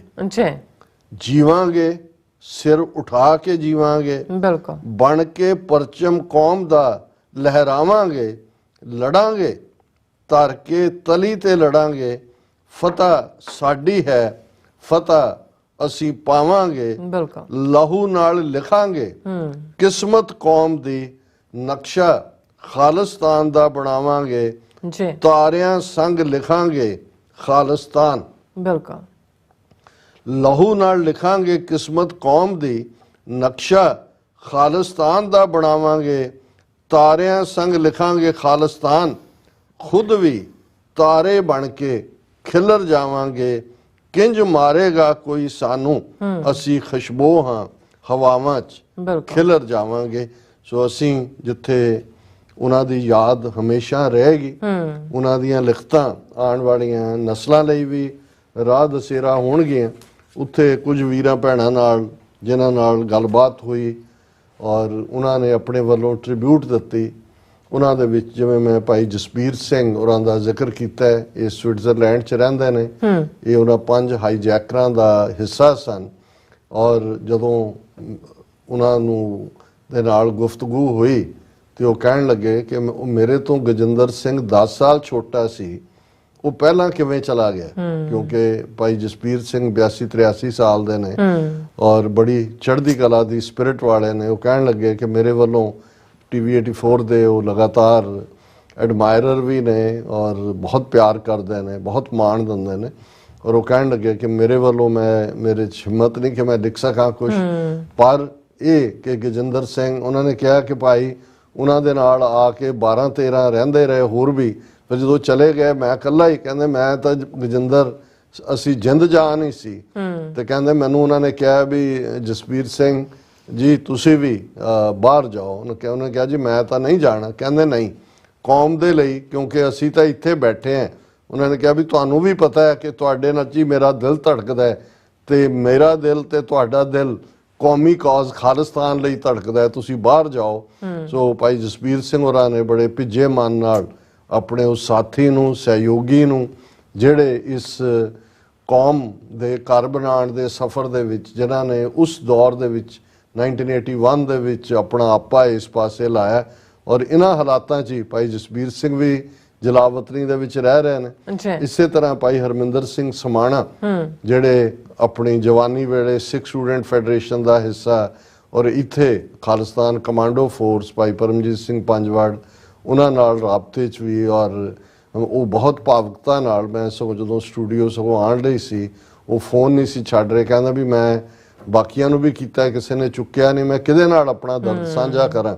ਔਰ ਲਗਭਗ ਅੱਧਾ ਪੌਣਾ ਘੰਟਾ ਉਹਨਾਂ ਨੇ ਕਿਹਾ ਵੀ ਜਿੱਥੇ ਤੁਸੀਂ ਉਹਨਾਂ ਨੂੰ ਯਾਦ ਕਰੋਗੇ, ਸਾਡੇ ਵੱਲੋਂ ਵੀ ਉਹਨਾਂ ਨੇ ਕਿਹਾ ਕਿ ਭਾਈ ਪਰਮਜੀਤ ਸਿੰਘ ਪੰਜਵੜ ਦੇ ਨਾਲ ਵੀ ਬੇਸ਼ੱਕ ਉੱਥੇ ਰਹਿੰਦੇ ਆ ਕਈ ਕੁਛ ਸਾਈਮਲਟੇਨੀਅਸਲੀ ਚੱਲ ਰਿਹਾ ਹੁੰਦਾ, ਪਰ ਉਹ ਇੱਕ ਦੂਸਰੇ ਦੇ ਖੈਰ ਖੁਆਹ, ਔਰ ਉਹ ਸਮਝਦੇ ਸੀ ਕਿ ਭਾਈ ਇਹ ਬਾਬੇ ਨੇ ਜਿਨ੍ਹਾਂ ਨੇ ਸ਼ੁਰੂਆਤ ਕੀਤਾ ਹੈ ਸੰਘਰਸ਼। ਬਹੁਤ ਸਾਰੇ ਤਾਂ ਪੋਸਟ 84 ਪੀਰੀਅਡ ਦੇ ਨੇ।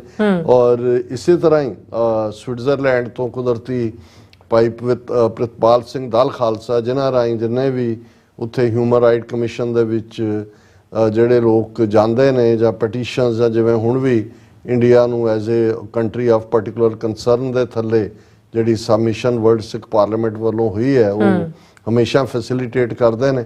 ਉਹਨਾਂ ਦੇ ਨਾਲ ਵੀ ਉਹ ਵੀ ਬਾਹਰ ਆਏ ਹੋਏ ਨੇ। ਉਹਨਾਂ ਨੇ ਕਿਹਾ ਅਸੀਂ ਜਾ ਕੇ ਫੈਸਲਾ ਕਰਾਂਗੇ ਕਿ ਉਹਨਾਂ ਦੀ ਯਾਦ ਦੇ ਵਿੱਚ ਅਸੀਂ ਕਿੱਥੇ ਸਮਾਗਮ ਰੱਖਣੇ। ਇਸੇ ਤਰ੍ਹਾਂ ਡਾਕਟਰ ਪ੍ਰਿਤਪਾਲ ਸਿੰਘ, ਜਿਨ੍ਹਾਂ ਨੇ ਦੱਸਿਆ ਕਿ 2 ਦਿਨ 3 ਦਿਨ ਪਹਿਲਾਂ ਤੱਕ ਉਹਨਾਂ ਨਾਲ ਗੁਫ਼ਤਗੂ ਰਹੀ ਔਰ ਉਹ ਚੜ੍ਹਦੀ ਕਲਾ 'ਚ ਸਨ, ਔਰ ਉਹਨਾਂ ਨੇ ਕਿਹਾ ਕਿ ਵੀ ਹੁਣ ਜਾਣ ਦਾ ਸਮਾਂ ਆ ਗਿਆ।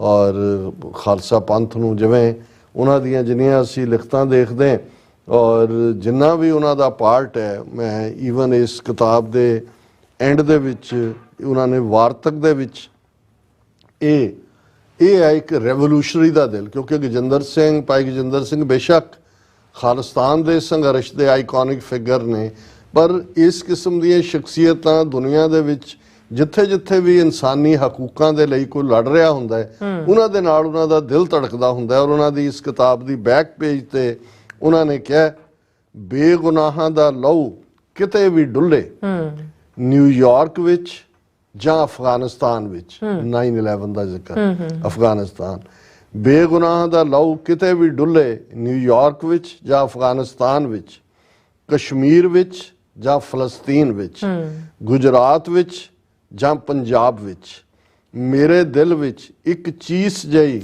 ਜ਼ਰੂਰ ਉੱਠਦੀ ਹੈ। ਇਸ ਵਿੱਚ ਮੇਰੀ ਸੋਚ ਦਾ ਕਸੂਰ ਹੈ ਜਾਂ ਮੇਰੇ ਕਵੀ ਹਿਰਦੇ ਦਾ, ਮੇਰੇ ਲਈ ਕਹਿਣਾ ਔਖਾ ਹੈ, ਮਾਰੇ ਜਾਣ ਵਾਲਿਆਂ ਦੀਆਂ ਮਾਵਾਂ ਦੇ ਵਹਿਣਾਂ ਵਿੱਚੋਂ ਉੱਠਦਾ ਦਰਦ ਨਿਊਯਾਰਕ, ਪੰਜਾਬ, ਕਸ਼ਮੀਰ ਤੇ ਗੁਜਰਾਤ ਸਭ ਥਾਂ ਇੱਕੋ ਜਿਹਾ ਹੁੰਦਾ ਹੈ। ਪਹਿਲੇ ਦਿਨ ਤੇ ਪਹਿਲੇ ਕਦਮ ਤੋਂ ਹੀ ਮੇਰੀ ਲੜਾਈ ਸਿੱਖ ਕੌਮ ਦੀ ਆਜ਼ਾਦੀ ਦੇ ਸੁਪਨੇ ਨੂੰ ਸਾਕਾਰ ਕਰਨ ਦੀ ਲੜਾਈ ਰਹੀ ਹੈ। ਕਿਸੇ ਨਾਲ ਜ਼ਿਆਦਤੀ ਦੀ, ਕਿਸੇ ਦੂਜੇ ਦੇ ਸਵੈਮਾਨ ਨੂੰ ਠੇਸ ਪਹੁੰਚਾਉਣ ਦੀ ਜਾਂ ਕਿਸੇ ਦਾ ਹੱਕ ਖੋਣ ਦੀ ਸੋਚ ਮੇਰੀ ਲੜਾਈ ਦਾ ਹਿੱਸਾ ਕਦੇ ਨਹੀਂ ਰਹੀ। ਮੇਰੇ ਲਈ ਖਾਲਿਸਤਾਨ ਦਾ ਸੁਪਨਾ ਇੱਕ ਪਵਿੱਤਰ ख्वाब ਸੀ ਤੇ ਅੱਜ ਵੀ ਹੈ। ਮੈਂ ਆਪਣੇ ਛੋਟੇ ਵੀਰਾਂ ਨੂੰ ਇਹ ਸੁਪਨਾ ਇਸ ਦੀ ਪੂਰੀ ਪਵਿੱਤਰਤਾ ਦੇ ਨਾਲ ਸੌਂਪ ਕੇ ਦੁਨੀਆ ਤੋਂ ਜਾਣਾ ਚਾਹਾਂਗਾ। ਇਹ ਹੈ continuity with the next generation. ਆਜ਼ਾਦੀ ਦੌਲਤ ਦੇ ਭਰੇ ਹੋਏ ਭੰਡਾਰ ਦਾ ਨਾਂ ਨਹੀਂ ਹੈ। ਜਿਹੜੇ ਸਮਝਦੇ ਨੇ ਕਿ ਇਸ ਫੀਲਡ 'ਚ ਆ ਕੇ ਤੁਸੀਂ ਧਨ ਬਣਾਓ, ਸ਼ੋਹਰਤ ਲਓ, ਵਜ਼ੀਰੀਆਂ, ਨਹੀਂ, ਇਹ ਤਾਂ ਕੰਡਿਆਂ ਦਾ ਰਸਤਾ ਹੈ। ਆਜ਼ਾਦੀ ਦੌਲਤ ਦੇ ਭਰੇ ਹੋਏ ਭੰਡਾਰ ਦਾ ਨਾਂ ਨਹੀਂ ਹੈ। ਆਜ਼ਾਦੀ ਤਾਂ ਰਗਾਂ ਵਿੱਚ ਲਹੂ ਬਣ ਕੇ ਦੌੜਦੇ ਹੋਏ ਉਸ ਜਜ਼ਬੇ ਦਾ ਨਾਂ ਹੈ ਜੋ ਇੱਕ ਗਰੀਬ ਸਿੱਖ ਨੂੰ ਮੌਤ ਦੀਆਂ ਅੱਖਾਂ ਵਿੱਚ ਅੱਖਾਂ ਪਾ ਕੇ ਗੱਲ ਕਰਨੀ ਸਿਖਾਉਂਦਾ ਹੈ ਅਤੇ ਦਿੱਲੀ ਦੇ ਲਾਲ ਕਿਲ੍ਹੇ ਉੱਤੇ ਕੇਸਰੀ ਨਿਸ਼ਾਨ ਸਾਹਿਬ ਝੁਲਾਉਣ ਵਾਲਾ ਬਾਬਾ ਬਘੇਲ ਸਿੰਘ ਬਣਾਉਂਦਾ ਹੈ। ਔਰ ਅਖੀਰ ਚ ਉਹਨਾਂ ਕਿਹਾ, ਸੱਚ ਦਾ ਸਾਹਮਣਾ ਕਰਨਾ ਬਹੁਤ ਔਖਾ ਹੈ। ਸੱਚ ਦਾ ਸਾਹਮਣਾ ਕਰਨਾ ਬਹੁਤ ਔਖਾ ਹੈ। ਇਹ ਸਿਰਫ ਜ਼ਮੀਰ ਦੀ ਆਵਾਜ਼ ਪਿੱਛੇ ਚੱਲਣ ਵਾਲੇ ਲੋਕ ਹੀ ਕਰ ਸਕਦੇ ਹਨ। ਦੁਨੀਆ ਵਿੱਚ ਦਲਾਈ ਲਾਮਾ ਸਿਰਫ ਇੱਕ ਹੈ। ਬਰਮਾ ਦੀ ਆਂਗ ਸਾਂਗ ਸੂਕੀ ਇੱਕ ਹੀ ਹੈ। ਸੈਯਦ ਅਲੀ ਸ਼ਾਹ ਗਿਲਾਨੀ, ਹੁਣ ਉਹ ਵੀ ਚੜ੍ਹਾਈ ਕਰ ਗਏ, ਉਹ ਕਸ਼ਮੀਰ ਦੇ ਲੀਡਰ ਸੀ। सैयद अली शाह गिलानी एक ही है, प्रभाकरण एक ही सी LTTE, liberation tigers of Tamil Eelam, Prabhakaran एक ही सी ਅਤੇ ਸੰਤ ਪਿੰਡਰਾਂ ਵਾਲੇ ਵੀ ਇੱਕ ਹੀ ਸਨ। ਇਹ ਸਾਰੇ ਨਾਮ ਜ਼ਮੀਰਾਂ ਦੀ ਆਵਾਜ਼ ਦੇ ਪ੍ਰਤੀਕ ਹਨ। ਜ਼ਮੀਰ ਬੋਲਦੀ ਹੈ ਤੇ ਉਹ ਕਰਜ ਦਿੰਦੀ ਹੈ ਕਿ ਇਸ ਕੰਡਿਆਲੇ ਰਸਤੇ ਤੇ ਤੁਰਨ ਦੇ ਲਈ ਜਿਹੜੇ ਆਜ਼ਾਦੀ ਦੇ ਪਰਵਾਨੇ ਨੇ ਉਹ ਫਿਰ ਪੂਰਾ ਝੁੰਡ ਬਣਾ ਬਣਾ ਕੇ ਆ ਕੇ ਸ਼ਮਾ ਤੋਂ ਕੁਰਬਾਨ ਹੁੰਦੇ ਨੇ।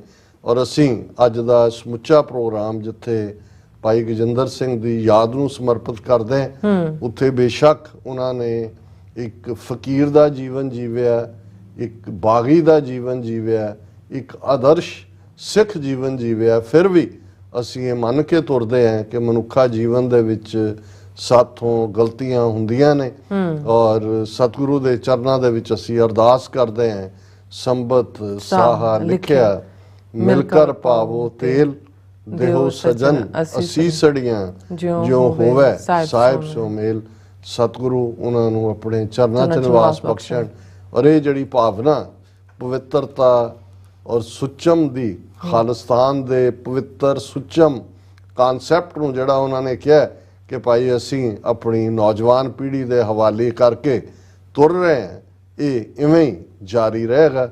ਖਾਲਿਸਤਾਨ ਜ਼ਿੰਦਾਬਾਦ। ਜੀ ਰਾਜ ਸਾਹਿਬ ਤੁਹਾਡਾ ਬਹੁਤ ਬਹੁਤ ਸ਼ੁਕਰੀਆ। ਸੋ ਅਥਲੇ ਨੂੰ ਬ੍ਰੇਕ ਔਰ ਬ੍ਰੇਕ ਤੇ ਜਾਣ ਤੋਂ ਪਹਿਲਾਂ ਅਸੀਂ ਦਰਸ਼ਕਾਂ ਦੀ ਸਰੋਤਿਆਂ ਨੂੰ ਅਪੀਲ ਤੇ ਬੇਨਤੀ ਕਰ ਦਈਏ, ਵਿਊਅਰਸ ਜਿਸ ਤਰ੍ਹਾਂ ਕਿ ਤੁਸੀਂ ਜਾਣਦੇ ਹੋ ਕਿ TV 84 ਹੱਕ ਸੱਚ ਇਨਸਾਫ ਦੀ ਆਵਾਜ਼ ਬੁਲੰਦ ਕਰ ਰਿਹਾ। ਇਹ ਆਵਾਜ਼ ਤੁਹਾਡੇ ਪਿਆਰ ਸਦਕਾ, ਤੁਹਾਡੇ ਵਿਸ਼ਵਾਸ ਸਦਕਾ, ਤੁਹਾਡੇ ਡੋਨੇਸ਼ਨ ਸਦਕਾ ਹੀ ਹੋ ਸਕਦੀ ਹੈ। ਸੋ ਅਸੀਂ ਚਾਹਾਂਗੇ ਕਿ ਤੁਸੀਂ TV 84 ਦੀ ਚੜ੍ਹਦੀ ਕਲਾ ਲਈ ਵੱਧ ਤੋਂ ਵੱਧ ਡੋਨੇਟ ਕਰੋ। ਡੋਨੇਟ ਕਰਨ ਲਈ ਸਾਡੀ ਵੈਬਸਾਈਟ tv84.tv ਤੇ ਜਾ ਕੇ ਪੇਪਾਲ ਦੀ ਵਰਤੋਂ ਕਰਕੇ ਵਨ ਟਾਈਮ ਡੋਨੇਟ ਕਰ ਸਕਦੇ ਹੋ, ਮੰਥਲੀ ਡੋਨੇਟ ਵੀ ਕਰ ਸਕਦੇ ਹੋ। ਤੁਸੀਂ TV 84 ਦੇ ਨਾਮ ਤੇ ਚੈੱਕ ਬਣਾ ਕੇ ਸਾਨੂੰ ਮੇਲ ਵੀ ਕਰ ਸਕਦੇ ਹੋ। ਸਾਡੇ ਇਸ ਪਤੇ ਤੇ 36-01 37th ਐਵਨਿਊ, ਲੌਂਗ ਆਈਲੈਂਡ ਸਿਟੀ, ਨਿਊਯਾਰਕ 11101 USA, ਜਾਂ ਫਿਰ ਤੁਸੀਂ ਸਾਨੂੰ ਫੋਨ ਰਾਹੀਂ ਵੀ ਸੰਪਰਕ ਕਰ ਸਕਦੇ ਹੋ 5166191984। ਤੁਸੀਂ ਸਾਨੂੰ ਈਮੇਲ ਵੀ ਕਰ ਸਕਦੇ ਹੋ info@tv84.tv ਤੇ। ਅਸੀਂ ਤੁਹਾਡੇ ਤਹਿ ਦਿਲ ਤੋਂ ਸ਼ੁਕਰਗੁਜ਼ਾਰ ਹੋਵਾਂਗੇ। ਸੋ ਇੱਥੇ ਲੈਣੇ ਬ੍ਰੇਕ। ਵਿਊਅਰਸ ਤੁਸੀਂ ਸਾਨੂੰ ਇਸੇ ਤਰ੍ਹਾਂ ਬਣੇ ਰਹਿਣਾ। ਮਿਲਦੇ ਹਾਂ ਛੋਟੇ ਜਿਹੇ ਬ੍ਰੇਕ ਤੋਂ ਬਾਅਦ।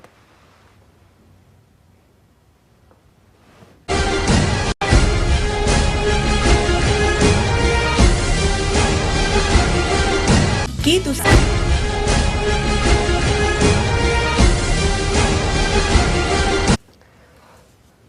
Viewers welcome back to program. So viewers ਗੱਲਬਾਤ ਕਰਨ ਜਾ ਰਹੇ ਹਾਂ ਕਿ ਅੱਜ 4 ਜੁਲਾਈ ਦਾ ਦਿਨ ਅਮਰੀਕਾ ਦਾ ਇੰਡੀਪੈਂਡੈਂਸ ਡੇ ਹੈ। ਸੋ ਜੋ ਅਮਰੀਕਾ ਦੇ ਵਿੱਚ ਇਸ ਦਿਨ ਨੂੰ ਬੜੇ ਹੀ ਚਾਅ ਨਾਲ ਅੱਜ ਜਿਹੜਾ ਸਾਰੇ ਪਾਸੇ ਸੈਲੀਬ੍ਰੇਟ ਕੀਤਾ ਜਾ ਰਿਹਾ। ਔਰ ਇਸ ਮੁਬਾਰਕ ਮੌਕੇ ਤੇ ਅਸੀਂ ਆਪਾਂ ਸਭ ਵਿਊਅਰਸ ਨੂੰ, ਆਪਣੇ TV 84 ਦੇ ਵਿਊਅਰਸ ਨੂੰ ਬਹੁਤ-ਬਹੁਤ ਵਧਾਈਆਂ ਦਿੰਦੇ ਹਾਂ। ਔਰ ਜਦੋਂ ਅਸੀਂ ਅਮਰੀਕਨ ਆਜ਼ਾਦੀ ਦੀ ਗੱਲ ਕਰਦੇ ਹਾਂ ਤਾਂ ਸਾਡੇ ਵਤਨ ਖਾਲਿਸਤਾਨ ਦੀ ਆਜ਼ਾਦੀ ਦਾ ਸੰਕਲਪ ਜਿਹੜਾ ਸਾਡੇ ਸਾਹਮਣੇ ਆਣ ਖਲੋਂਦਾ ਹੈ। ਸੋ 29 ਅਪ੍ਰੈਲ 1986 ਨੂੰ ਖਾਲਿਸਤਾਨ ਦਾ ਐਲਾਨਨਾਮਾ ਜਾਰੀ ਹੋਇਆ ਸੀ। ਆਜ਼ਾਦੀ ਮਿਲਣ ਅਤੇ ਆਜ਼ਾਦੀ ਲਈ ਦ੍ਰਿੜ ਸੰਕਲਪ ਕਰਨ ਦਾ ਦੇ ਨਾਲ ਜਿਹੜਾ ਇਰਾਦਾ ਹੈ ਉਹ ਇਕੱਠੇ ਜਿਹੜੇ ਨੇ ਉਹ ਚੱਲਦੇ ਆ। ਪਹਿਲਾਂ ਸੁਪਨਾ, ਫਿਰ ਸੰਕਲਪ ਅਤੇ ਫਿਰ ਆਜ਼ਾਦੀ ਦਾ ਹਾਸਲ ਹੋਣਾ। ਸੋ ਇਸ ਬਾਰੇ ਆਪਾਂ ਗੱਲਬਾਤ ਕਰਨ ਜਾ ਰਹੇ ਹਾਂ। ਸੋ ਅਸੀਂ ਚਾਹਾਂਗੇ ਕਿ ਤੁਸੀਂ ਇਸੇ ਤਰ੍ਹਾਂ ਬਣੇ ਰਹਿਣਾ। ਦੇਖਣ, ਸੁਣ ਲਿਆ, ਲਿਖਣ ਲਈ ਤੁਹਾਡਾ ਸਭ ਦਾ ਬਹੁਤ ਬਹੁਤ ਧੰਨਵਾਦ। ਜੀ ਰਾਜ ਸਾਹਿਬ ਕੀ ਕਹਿਣਾ ਚਾਹੋਗੇ? ਦੇਖੋ, ਅੱਜ ਸਵੇਰੇ ਉੱਠਦੇ ਹਾਂ ਪਹਿਲੀ ਕਾਲ ਸਾਡੇ ਪਾਕਿਸਤਾਨੀ ਵੀਰ ਕਾਮਰੇਡ ਸ਼ਾਹਿਦ ਸਾਹਿਬ ਦੀ ਆਈ ਔਰ ਬੜੇ ਚੇਸਟ ਉਹਨਾਂ ਦੇ ਉਰਦੂ ਹੁੰਦਾ ਹੈ, ਅੰਗਰੇਜ਼ੀ ਵੀ ਬੜੀ ਜ਼ਬਰਦਸਤ ਹੁੰਦੀ ਹੈ ਜੀ। ਉਹਨਾਂ ਨੇ ਉਰਦੂ ਚ ਕਿਹਾ ਕਿ ਜੀ आज़ादी दिन मुबारक और आप खालिस्तान की जो स्ट्रगल में लगे हुए हैं, बहुत जल्द आपको अल्लाह ताला खालिस्तान भी नसीब करवाए, यही हमारी दुआ है। तो मैं क्या भी किवें ਜਿਹੜੇ ਲੋਕ, ਕਿਉਂਕਿ ਉਹ ਖੁਦ ਇੱਕ ਐਕਟਿਵਿਸਟ ਨੇ ਔਰ ਆਪਣੇ ਆਪ ਨੂੰ ਉਹ ਕਾਮਰੇਡ, ਜਿਹਦਾ ਅੰਗਰੇਜ਼ੀ ਮਤਲਬ ਸਾਥੀ ਹੁੰਦਾ ਹੈ, ਕਿਉਂਕਿ ਉਹ ਬੜੇ ਬੋਲਡਨੈਸ ਦੇ ਨਾਲ ਗੱਲ ਕਰਦੇ ਨੇ। ਔਰ ਪਿਛਲੇ ਦਿਨਾਂ 'ਚ ਜਦੋਂ ਨਿਖਲ ਗੁਪਤਾ ਨੂੰ ਪੇਸ਼ ਕੀਤਾ ਗਿਆ ਅਦਾਲਤ 'ਚ, ਔਰ ਸਾਡਾ ਪ੍ਰੋਗਰਾਮ ਵੀ ਉਹ ਲਗਾਤਾਰ ਦੇਖਦੇ ਨੇ, ਤੇ ਉਹ ਖੁਦ ਉੱਥੇ ਪਹੁੰਚੇ ਹੋਏ ਸੀ। ਉਹਨਾਂ ਨੇ ਕਿਹਾ ਜੀ ਤੁਸੀਂ ਐਡਰੈਸ ਦੱਸਿਆ ਸੀ, ਮੈਂ ਆ ਗਿਆ, ਮੈਂ ਕਿਵੇਂ ਰਹਿ ਸਕਦਾ ਸੀ। ਤੇ ਮੈਨੂੰ ਇਹ ਲੱਗਾ ਕਿ ਬਈ ਉਦੋਂ ਹੀ ਮੈਂ ਮਨ ਬਣਾਇਆ ਕਿ ਵਾਕਈ ਅਸੀਂ ਅਮਰੀਕਾ 'ਚ ਰਹਿੰਦੇ ਹਾਂ, ਇੱਥੇ ਰਹਿ ਕੇ ਆਜ਼ਾਦੀ ਨਾਲ ਫਸਟ ਅਮੈਂਡਮੈਂਟ ਦਾ ਇਸਤੇਮਾਲ ਕਰਕੇ ਅਸੀਂ ਖੁੱਲ੍ਹ ਕੇ ਗੱਲ ਕਰਦੇ ਹਾਂ, ਸਾਨੂੰ ਪਨਾਹ ਦਿੱਤੀ ਹੈ। ਬਿਲਕੁਲ ਸਾਡੇ ਜੋ ਅਸੀਂ ਸੰਕਲਪ ਖਾਲਿਸਤਾਨ ਦੇ ਲਈ ਕਰਦੇ ਹਾਂ ਇਹੀ ਹੈ ਵੀ ਨਿਆਂ ਹੋਏ, ਹਰ ਇੱਕ ਦੇ ਲਈ ਜਿਹੜਾ ਫੂਡ ਔਨ ਦਾ ਟੇਬਲ ਹੋਏ, ਬਿਨਾਂ ਡਿਸਕ੍ਰਿਮੀਨੇਸ਼ਨ ਤੋਂ ਬੱਚੇ ਬੱਚੀਆਂ without gender, race, colour discrimination ਦੇ ਜਿਹੜਾ ਉਹ ਪਰਸੂਟ ਆਫ ਹੈਪੀਨੈਸ ਮਾਣ ਸਕਣ, ਆਪੋ ਆਪਣੇ ਮਜ਼ਹਬ ਦੀ ਆਜ਼ਾਦੀ ਹੋਏ। ਸੋ ਬਹੁਤ ਸਾਰੇ ਉਹ ਸੰਕਲਪ ਜਿਹੜੇ ਸਿੱਖ ਵਿਚਾਰਧਾਰਾ ਦਾ ਮੂਲ ਨੇ, ਮੁੱਢਲਾ ਹਿੱਸਾ ਨੇ, ਉਹ ਤਾਂ ਅਮਰੀਕਨਾਂ ਨੇ 4 ਜੁਲਾਈ 1776 ਨੂੰ ਜਦੋਂ declaration of independence Thomas Jefferson ਦੀ ਲਿਖੀ ਹੋਈ 13 ਅਮਰੀਕਨ ਕਾਲੋਨੀਜ਼ ਦੇ ਨੁਮਾਇੰਦਿਆਂ ਨੇ ਫਿਲਾਡੈਲਫੀਆ ਦੇ ਵਿੱਚ ਇਕੱਠੇ ਹੋ ਕੇ ਬ੍ਰਿਟਿਸ਼ ਰਾਜ ਦੇ ਖਿਲਾਫ ਬਗਾਵਤ ਦਾ ਝੰਡਾ ਚੁੱਕਿਆ। ਉਦੋਂ ਤਾਂ ਉਹਨਾਂ ਨੂੰ ਵੀ ਨਹੀਂ ਸੀ ਪਤਾ ਵੀ ਉਹਨਾਂ ਨਾਲ ਕੀ ਹੋਣ ਜਾ ਰਿਹਾ ਹੈ। ਅੱਧੀ ਦੁਨੀਆ ਬ੍ਰਿਟਨ ਦੇ ਕਬਜ਼ੇ 'ਚ ਸੀ ਔਰ ਰੈਗ ਟੈਗ ਕਿਸਮ ਦਾ ਮਲੇਸ਼ੀਆ ਇੱਧਰ ਉੱਧਰ ਘੋੜਿਆਂ ਦੇ ਉੱਤੇ, ਤੇ ਦੂਜੇ ਉਦੋਂ ਅਜੇ ਕੋਈ ਉਸ ਕਿਸਮ ਦੀ ਕੋਈ ਜਿਹੜੀ ਹੈ ਉਹ ਵਾਰ ਨਾਲ ਰਿਲੇਟਡ ਵੈਪਨਸ ਵੀ ਨਹੀਂ ਸੀ ਔਰ ਕੋਈ ਮੁਲਕ ਵੀ ਨਾਲ ਨਹੀਂ ਸੀ ਖੜਾ। ਬਾਅਦ 'ਚ ਭਾਵੇਂ ਥੋੜ੍ਹਾ ਬਹੁਤ ਫਰਾਂਸ ਦੀ ਜਿਹੜੀ ਹੈ ਉਹ ਵੀ ਜਿਹੜੇ ਉਹਨਾਂ ਦੇ ਇੰਡੀਪੈਂਡੈਂਟ ਜੇ ਫ੍ਰੀਲੈਂਸਰ ਸੀ ਉਹ ਆਏ, ਅਦਰਵਾਈਜ਼ ਆਪਣੀ ਲੜਾਈ ਉਦੋਂ ਜਿਵੇਂ ਅੱਜ ਅਸੀਂ ਆਪਣੇ ਔੜ ਦੇਖਦੇ ਹਾਂ ਜਦੋਂ ਸੰਤ ਭਿੰਡਰਾਂ ਵਾਲਿਆਂ ਨੇ ਵੰਗਾਰਿਆ ਦਿੱਲੀ ਤਖਤ ਨੂੰ, ਜਾਂ ਉਸ ਤੋਂ ਪਹਿਲਾਂ ਜੇ ਅਸੀਂ ਈਵਨ ਖਾਲਸਾ ਕਾਨਸੈਪਟ ਨਾਲ ਦੇਖੀਏ ਜਦੋਂ 10ਵੇਂ ਪਾਤਸ਼ਾਹ ਨੇ ਖਾਲਸਾ ਪੰਥ ਦੀ ਸਾਜਨਾ ਔਰੰਗਜ਼ੇਬ ਦਾ, ਕੌਣ ਸੋਚ ਸਕਦਾ ਸੀ ਛੋਟਾ ਜਿਹਾ ਪਿੰਡ ਆਨੰਦਪੁਰ 5000 ਆਰਮਡ, ਉਹ ਵੀ ਰੈਗ ਟੈਗ ਜਿਹੜੇ ਜਿਨ੍ਹਾਂ ਨੂੰ ਥੱਲੋਂ ਜਿਨ੍ਹਾਂ ਨੂੰ ਸ਼ੂਦਰ ਬਣਾਇਆ ਹੋਇਆ ਸੀ ਉਹਨਾਂ ਨੂੰ ਚੁੱਕ ਕੇ ਉੱਪਰ ਕਿ ਵੀ ਇਹਨਾਂ ਲੱਖਾਂ ਦੀ ਮੁਗਲਿਆ ਫੌਜ, ਦੁਨੀਆ ਦੀ 25% ਇਕਨੋਮੀ ਜਿਨ੍ਹਾਂ ਦੇ ਕੋਲ ਸੀ, ਉਹਨਾਂ ਨੂੰ ਕੋਈ ਡਿਫੀਟ ਕਰ ਸਕਦਾ। ਇਵੇਂ ਹੀ ਜਦੋਂ ਇੱਥੇ ਇਹਨਾਂ ਨੇ ਥਾਮਸ ਜੈਫਰਸਨ ਜਾਂ ਜਾਰਜ ਵਾਸ਼ਿੰਗਟਨ ਜਾਂ ਐਡਮਸ ਔਰ ਦੂਸਰਿਆਂ ਨੇ ਇਹ ਝੰਡਾ ਚੁੱਕਿਆ, ਕੋਈ ਇਹ ਸੋਚ ਥੋੜੀ ਸਕਦਾ ਸੀ। ਔਰ ਹੈ ਤਾਂ ਇਹੀ ਸੀ। ਔਰ ਮੈਂ ਉਹਨਾਂ ਦੀ ਹੁਣ ਕਿਉਂਕਿ ਵਕਤ ਨਹੀਂ ਹੈ, ਅੱਜ ਅਸੀਂ ਥੋੜਾ ਜਿਹਾ ਟਾਈਮ ਤੇ ਵੀ ਖਤਮ ਕਰਨਾ ਚਾਹੁੰਦੇ ਹਾਂ ਪ੍ਰੋਗਰਾਮ ਨੂੰ ਜੀ। ਔਰ ਇਹ ਜਿਹੜਾ ਉਹਨਾਂ ਦੀ ਡੈਕਲੇਰੇਸ਼ਨ ਆਫ ਇੰਡੀਪੈਂਡੈਂਸ ਹੈ 4 ਜੁਲਾਈ 1776 ਦੀ, ਉਹਦੀ ਬਿਗਨਿੰਗ ਦੇ ਉੱਤੇ, ਔਰ ਇਹੀ ਰੀਜ਼ਨ ਜਦੋਂ ਵੀ ਇੱਕ ਸਾਂਝੇ ਸਮਾਜ ਚੋਂ ਕੋਈ ਨਿਕਲ ਕੇ ਆਪਣਾ ਘਰ ਸਿਰਜਣਾ ਚਾਹੁੰਦਾ ਹੈ ਉਹ ਇਸ ਲਈ ਮਜਬੂਰ ਹੁੰਦਾ। ਇਹਦੀ ਬਿਗਨਿੰਗ ਹੀ ਇਹ ਸੀ ਕਿ ਜਨਰਲ ਕੌਂਸਲ ਅਸੈਂਬਲ ਹੋਈ, ਉਹਦੇ ਸੀ ਕਿ when in the course of human events it becomes necessary for one people to dissolve the political bands which have connected them with another and to assume among the powers of the earth the separate and equal station to which law of nature and nature's God entitle them. A decent respect to the opinions of mankind requires that they should declare the causes which impel them to the separation. ਉਹਨਾਂ ਨੇ ਕਿਹਾ ਜਦੋਂ ਕੋਈ ਇਹ ਫੈਸਲਾ ਕਰਦਾ ਵੀ ਅਸੀਂ ਅੱਡ ਹੋਣਾ ਹੈ, ਉਹ ਬੌਂਡ ਜਿਹੜੇ ਨੇ, ਪਰ ਉਹਦੇ ਲਈ ਇਹ ਜ਼ਰੂਰੀ ਹੈ ਕਿ ਵੀ ਅਸੀਂ ਇਹ ਦੱਸੀਏ ਕਿ ਅਸੀਂ ਅੱਡ ਕਿਉਂ ਹੋ ਰਹੇ ਹਾਂ, ਅਸੀਂ ਕਿਉਂ ਆਜ਼ਾਦੀ ਦਾ ਬਿਗਲ ਵਜਾਇਆ। ਔਰ ਫਿਰ ਉਹਨਾਂ ਨੇ ਕਿਹਾ ਵੀ hold these truths to be self evident that all men are created equal, that they are endowed by their creator with inherent and certain inalienable rights, that among these are life, liberty, pursuit of happiness, that to secure these rights, governments are instituted among men, deriving their just powers from the consent of the governed, that whenever any form of government becomes destructive of these ends, it is the right of the people to alter or abolish it and to institute new government, laying its foundation on such principles and organizing its power in such form as to them shall seem most likely to affect their safety and happiness. ਹੁਣ ਇੱਕ ਫਿਕਰੇ 'ਚ ਉਹਨਾਂ ਨੇ ਕਿਹਾ ਕਿ ਵੀ ਜਦੋਂ ਕਿਸੇ ਦੇ ਹੱਕਾਂ ਤੇ ਆਲ ਮੈਨ ਆਰ ਕ੍ਰੀਏਟਡ ਇਕੁਅਲ, ਰੱਬ ਨੇ ਬਰਾਬਰ ਬਣਾਇਆ, ਕੋਈ ਕਿਸੇ ਦਾ ਹੱਕ ਖੋਣਾ ਚਾਹੇ, ਕੋਈ ਕਿਸੇ ਦੇ ਲਈ ਜਸਟਿਸ ਦੇ ਦਰਵਾਜ਼ੇ ਬੰਦ ਕਰ ਦੇ, ਫਿਰ ਜਿਹੜੀਆਂ 3 ਚੀਜ਼ਾਂ ਨੇ life, Liberty and pursuit of happiness, ਜਿਹੜਾ ਅੱਜ ਵੀ ਅਮਰੀਕਾ ਦਾ ਮੇਨ ਇਨਸਿਗਨੀ ਹੈ ਕਿ ਭਾਈ ਅਸੀਂ ਡੀਸੈਂਟ ਲਾਈਫ ਜਿਹਦੇ ਪਰਸੂਟ ਆਫ ਹੈਪੀਨੈਸ, ਕਿਵੇਂ ਖੁਸ਼, ਲਿਬਰਟੀ ਐਂਡ ਜਿਹੜਾ ਉਸ ਦੇ ਨਾਲ ਜੁੜਿਆ ਹੋਇਆ ਜਸਟਿਸ, ਇਹ ਸਾਰੇ ਦਾ। ਹੁਣ ਇਹੀ ਭਾਵਨਾ ਜਿਹੜੇ 4 ਜੁਲਾਈ, ਔਰ ਇਹ ਕੋਈ ਸੌਖਾ ਨਹੀਂ ਸੀ, ਅਗਲੇ 5 ਸਾਲ ਜਿਹੜੀ ਰੈਵੋਲੂਸ਼ਨਰੀ ਵਾਰ ਤੁਰੀ ਉਸ ਦੇ ਵਿੱਚ ਬਹੁਤ ਮੁੱਢਲੇ ਤਾਂ ਸਾਲਾਂ 'ਚ ਲੂਜ਼ਰ ਸੀ ਔਰ ਇੱਕ ਤਬਕਾ ਇਹ ਮਹਿਸੂਸ ਕਰਨ ਲੱਗ ਪਿਆ ਕਿ ਜੀ ਇਹ ਤਾਂ ਅਸੀਂ ਕਿਤੇ ਗਲਤੀ ਕਰ ਲਈ ਏਡੇ ਵੱਡੇ ਸਾਮਰਾਜ ਨੂੰ, ਜਿਵੇਂ ਅੱਜ ਵੀ ਸਾਡੇ ਕਹਿੰਦੇ ਜੀ ਕਿੰਨੇ ਕੁ 2% ਸਿੱਖ ਜੀ ਇੰਨੇ ਵੱਡੇ ਦਿੱਲੀ ਤਖਤ ਨੂੰ ਜੀ, ਤੁਹਾਡੀ ਲੈਂਡ ਲੌਕਡ ਕੰਟਰੀ ਜੀ, ਤੁਹਾਨੂੰ ਸਮੁੰਦਰ ਨਹੀਂ ਲੱਗਦਾ ਜੀ, ਤੁਹਾਨੂੰ ਇਹ ਨਹੀਂ। ਇਸ ਕਿਸਮ ਦੀਆਂ ਗੱਲਾਂ ਇੱਥੇ ਵੀ ਕਰਨ ਵਾਲੇ ਬਹੁਤ ਸੀ ਔਰ ਕਈਆਂ ਨੂੰ ਲੱਗਣ ਲੱਗ ਗਿਆ ਸੀ ਵੀ ਇਹ ਬਹੁਤ ਗਲਤ ਅਸੀਂ ਟੱਕਰ ਲੈ ਲਈ। ਕਈ ਤਾਂ ਦੌੜ ਕੇ ਕੈਨੇਡਾ ਜਾ ਵੜੇ ਗੋਰੇ ਜਿਹੜੇ ਨੇ ਕਿ ਜੀ ਸਾਡਾ ਨਹੀਂ ਕੋਈ ਤਾਲੁਕ।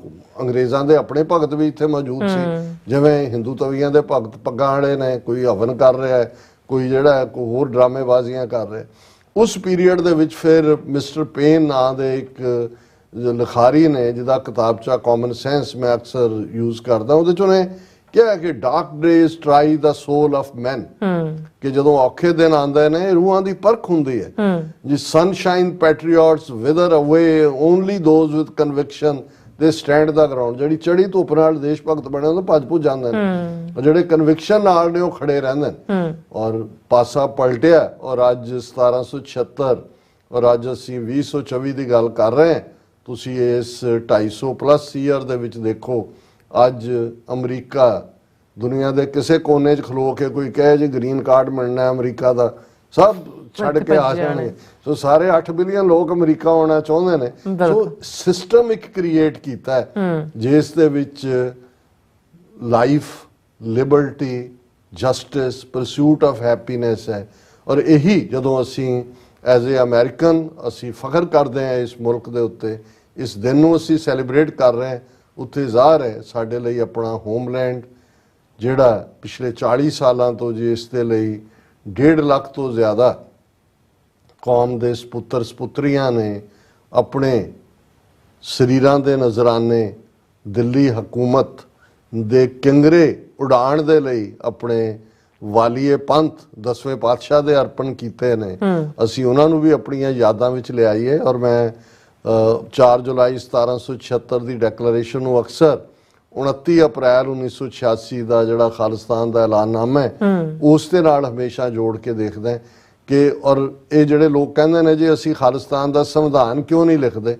ਅਮਰੀਕਾ 'ਚ ਵੀ ਪਹਿਲਾਂ ਡੈਕਲੇਰੇਸ਼ਨ ਹੋਈ ਇੰਡੀਪੈਂਡੈਂਸ, ਫਿਰ ਲੜੇ, ਫਿਰ ਜਦੋਂ ਆਜ਼ਾਦ ਹੋ ਗਏ ਫਿਰ 15 ਸਾਲ ਬਾਅਦ ਸੰਵਿਧਾਨ ਲਿਖਿਆ। ਸੋ ਡੈਕਲੇਰੇਸ਼ਨ ਤੁਹਾਡਾ ਰਿਜ਼ੋਲਵ ਹੁੰਦਾ। ਇਵੇਂ ਹੀ 29 ਅਪ੍ਰੈਲ 1986 ਦੀ ਜਿਹੜੀ ਡੈਕਲੇਰੇਸ਼ਨ ਆਫ ਖਾਲਿਸਤਾਨ ਹੈ ਜਿਸ ਦੇ ਵਿੱਚ ਬੀਜ ਰੂਪ ਦੇ ਵਿੱਚ ਉਹ ਸਾਰੀਆਂ ਚੀਜ਼ਾਂ ਪਈਆਂ ਨੇ ਜਿਨ੍ਹਾਂ 'ਚੋਂ ਸਾਡਾ ਸੰਵਿਧਾਨ ਨਿਕਲਣਾ ਔਰ ਜਿਸ ਦੇ ਮੁੱਢਲੇ ਅੱਖਰ ਨੇ ਕਿ ਅੱਜ ਤੋਂ ਖਾਲਸੇ ਦਾ ਆਪਣਾ ਘਰ ਖਾਲਿਸਤਾਨ ਹੋਵੇਗਾ, ਜਿੱਥੇ ਖਾਲਸੇ ਦੀਆਂ ਚੌਕੀਆਂ ਝੰਡੇ ਬੁੰਗੇ ਜੁਗੋ ਜੁਗ ਅਟਲ ਹੋਣਗੇ ਤੇ 10 ਨੌਆਂ ਦੀ ਕਿਰਤ ਕਮਾਈ ਕਰਨ ਵਾਲਿਆਂ ਦਾ ਰਾਜ ਭਾਗ ਤੇ ਪੂਰਾ ਕੰਟਰੋਲ ਹੋਵੇਗਾ। ਸੋ ਇਹ ਕਿਰਤੀਆਂ ਦਾ ਮੁਲਕ ਘਾਲ ਖਾਏ ਕਿਛ ਹੱਥੋਂ ਦੇ ਨਾਨਕ ਰਾਹ ਪਛਾਣੇ ਸੇ। ਇਹ ਸਾਡਾ ਫਰਕ ਹੋਏਗਾ ਅਮਰੀਕਾ ਦੀ ਕੈਪੀਟਲ ਸੁਸਾਇਟੀ ਨਾਲੋਂ, ਜਿੱਥੇ ਪੂੰਜੀਵਾਦ ਜਾਂ ਕੈਪੀਟਲਿਸਟ ਜਾਂ ਵੱਡੇ ਘਰਾਣੇ ਉਹ ਵੀ ਛਾਪਾ ਮਾਰਦੇ ਨੇ ਆਮ ਲੋਕਾਂ ਦੇ ਹੱਕਾਂ ਹਿੱਤਾਂ 'ਚ। ਔਰ ਇਸ ਦੇ ਉੱਤੇ ਅਸੀਂ ਫਿਰ ਕਦੇ ਵੀ ਵੇਰਵੇ ਨਾਲ ਗੱਲ ਕਰਾਂਗੇ। ਪਰ ਅੱਜ ਅਸੀਂ ਅਮਰੀਕਨ ਆਜ਼ਾਦੀ ਦਿਨ ਦੀ ਅਗੇਨ ਸਭ ਨੂੰ ਮੁਬਾਰਕਬਾਦ ਦਿੰਦੇ ਹਾਂ। ਜੀ ਰਾਸਾ ਤੁਹਾਡਾ ਬਹੁਤ ਬਹੁਤ ਸ਼ੁਕਰੀਆ। ਸੋ ਥੈਲਨ ਬ੍ਰੇਕ ਵਿਊਅਰਸ ਤੁਸੀਂ ਇਸੇ ਤਰ੍ਹਾਂ ਬੜੇ ਰਹਿਣਾ। ਮਿਲਦੇ ਹਾਂ ਛੋਟੇ ਜਿਹੇ ਬ੍ਰੇਕ ਤੋਂ ਬਾਅਦ।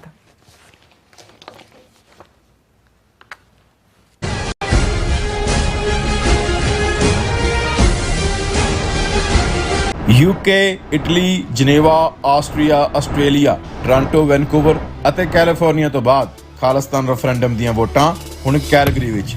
ਕੈਲਗਰੀ ਵਿੱਚ ਖਾਲਿਸਤਾਨ ਦੀਆਂ ਵੋਟਾਂ 28 ਜੁਲਾਈ ਦਿਨ ਐਤਵਾਰ ਨੂੰ ਸਵੇਰੇ 9 ਵਜੇ ਤੋਂ ਲੈ ਕੇ ਸ਼ਾਮ ਦੇ 5 ਵਜੇ ਤੱਕ ਪੈਣਗੀਆਂ। ਵੋਟਿੰਗ ਸੈਂਟਰ ਦੀ ਲੋਕੇਸ਼ਨ ਜਾਣਨ ਲਈ ਜਾਂ ਵਾਲੰਟੀਅਰ ਕਰਨ ਦੇ ਲਈ ਸੰਪਰਕ ਕਰੋ 403 409 1445 ਜਾਂ 403 409 1446। This ad is paid by Gurdwara Dashmesh culture centre. ਕੀ ਤੁਸੀਂ ਆਪਣੇ ਟੈਕਸਸ ਨੂੰ ਲੈ ਕੇ ਚਿੰਤਤ ਹੋ? ਤੁਸੀਂ ਆਪਣੀ ਕਮਾਈ ਲਈ ਮਿਹਨਤ ਕਰਦੇ ਹੋ, ਭਾਵੇਂ ਤੁਸੀਂ ਨੌਕਰੀ ਵਿੱਚ ਹੋਵੋ ਜਾਂ ਆਪਣਾ ਬਿਜ਼ਨਸ ਚਲਾਉਂਦੇ ਹੋ। ਜਦੋਂ ਟੈਕਸ ਭਰਨ ਦਾ ਸਮਾਂ ਆਉਂਦਾ ਹੈ ਤਾਂ ਤੁਹਾਨੂੰ ਇੱਕ ਭਰੋਸੇਯੋਗ ਟੈਕਸ ਅਕਾਊਂਟੈਂਟ ਦੀ ਲੋੜ ਹੈ ਜੋ ਟੈਕਸ ਬੈਲੈਂਸ ਦਾ ਤੁਹਾਡੇ ਪੱਖ ਵਿੱਚ ਜਾਣਾ ਯਕੀਨੀ ਬਣਾਵੇ। ਸਿਆਟਲ ਦੀ ਜਾਣੀ ਪਛਾਣੀ company accurate accountants and taxes ਤੁਹਾਡੀ ਸੇਵਾ ਵਿੱਚ ਹਾਜ਼ਰ ਹੈ। ਅਸੀਂ ਹਰ ਤਰ੍ਹਾਂ ਦੇ ਟੈਕਸ ਭਰਨ ਵਿੱਚ ਤੁਹਾਡੀ ਮਦਦ ਕਰਾਂਗੇ। ਟੈਕਸ ਸੰਬੰਧੀ ਕਿਸੇ ਵੀ ਤਰ੍ਹਾਂ ਦੇ ਸਵਾਲ ਲਈ ਅੱਜ ਹੀ ਸਾਡੇ ਤੱਕ ਪਹੁੰਚ ਕਰੋ। accurate accountants and taxes.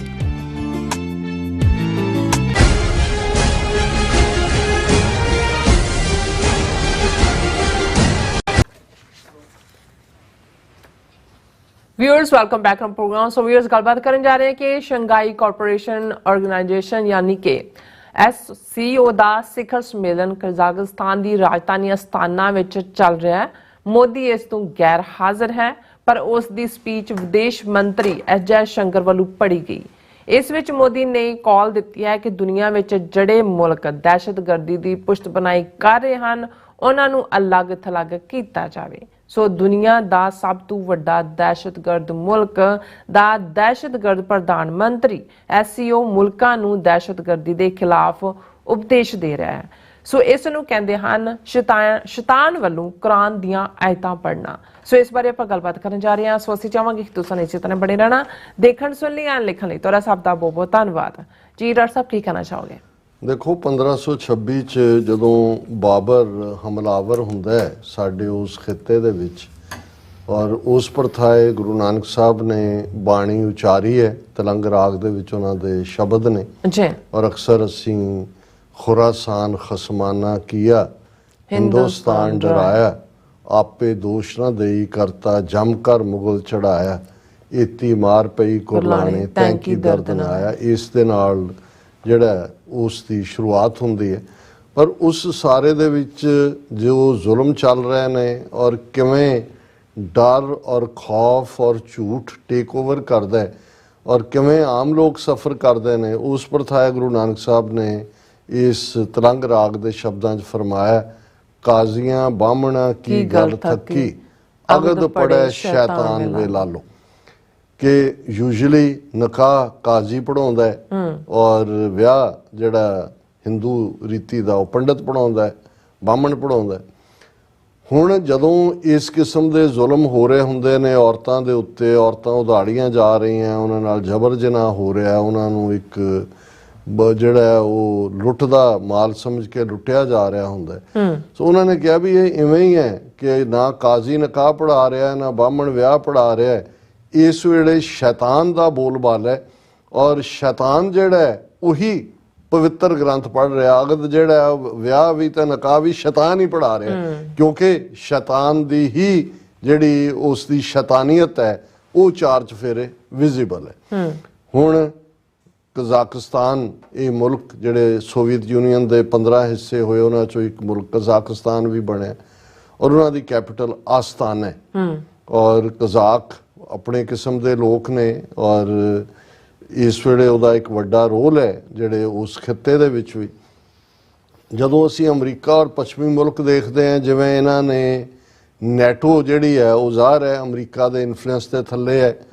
Europe ਦੇ ਜ਼ਿਆਦਾ ਮੁਲਕ ਉਹਦਾ ਹਿੱਸਾ ਨੇ। ਜਿਹੜੇ ਨਾਨ ਨੈਟੋ ਮੈਂਬਰਸ ਨੇ ਉਹਨਾਂ ਨੂੰ ਕਈ ਵਾਰ ਸੈਂਟਰਲ ਪੈਕਟ ਜਾਂ ਦੂਜੇ ਦੇ ਥੱਲੇ, ਜਿਵੇਂ ਪਾਕਿਸਤਾਨ ਨੂੰ ਬਗਦਾਦ ਪੈਕਟ ਦੇ ਥੱਲੇ ਜਾਂ ਦੂਜੇ ਵੀ ਵਿੱਚ ਘੜੀਸ ਲਿਆ ਗਿਆ ਸੀ। ਚਾਈਨਾ ਜਿਹੜਾ ਕਿ ਐਮਰਜਿੰਗ ਜਿਹੜੀ ਹੈ ਇਕਨੋਮਿਕਲ ਪਾਵਰ ਵੀ ਔਰ ਡਿਫੈਂਸ ਪਾਵਰ ਵੀ ਔਰ ਵਪਾਰਿਕ one belt one road initiative ਔਰ ਇਹ ਵੋ। ਸੋ ਜਦੋਂ ਇਹ ਕੰਪੀਟੀਸ਼ਨ ਚੱਲ ਰਿਹਾ ਹੈ ਤੇ ਹਰ ਇੱਕ ਦਾ ਹੁੰਦਾ ਵੀ ਉਹਨੇ ਆਪਣਾ ਦਾਇਰਾਕਾਰ ਕਿਵੇਂ ਬਣਾਉਣਾ ਹੈ, ਕਿਵੇਂ ਵਧਾਉਣਾ ਹੈ। ਸੋ ਚਾਈਨਾ ਜਿੱਥੇ ਵਰਲਡ ਬੈਂਕ ਔਰ IMF ਦੇ ਬਰਾਬਰ ਆਪਣਾ ਬੈਂਕ ਵੀ ਜਿਹੜਾ ਏਸ਼ੀਅਨ ਬੈਂਕ ਡਿਵੈਲਪ ਕੀਤਾ ਹੈ, ਉਸੇ ਤਰ੍ਹਾਂ 2001 ਦੇ ਵਿੱਚ ਇੱਕ ਆਰਗੇਨਾਈਜੇਸ਼ਨ ਸ਼ੰਘਾਈ 5 ਦੇ ਨਾਂ ਦੀ ਸੀ। ਉਹ ਸ਼ੰਘਾਈ ਇੱਕ ਵੱਡਾ ਸਿਟੀ ਹੈ ਚਾਈਨਾ ਦਾ, ਔਰ 2001 ਦੇ ਵਿੱਚ ਇਸ ਦਾ ਨਾਂ ਸ਼ੰਘਾਈ ਕੋਆਪਰੇਸ਼ਨ ਆਰਗੇਨਾਈਜੇਸ਼ਨ ਰੱਖਿਆ ਗਿਆ।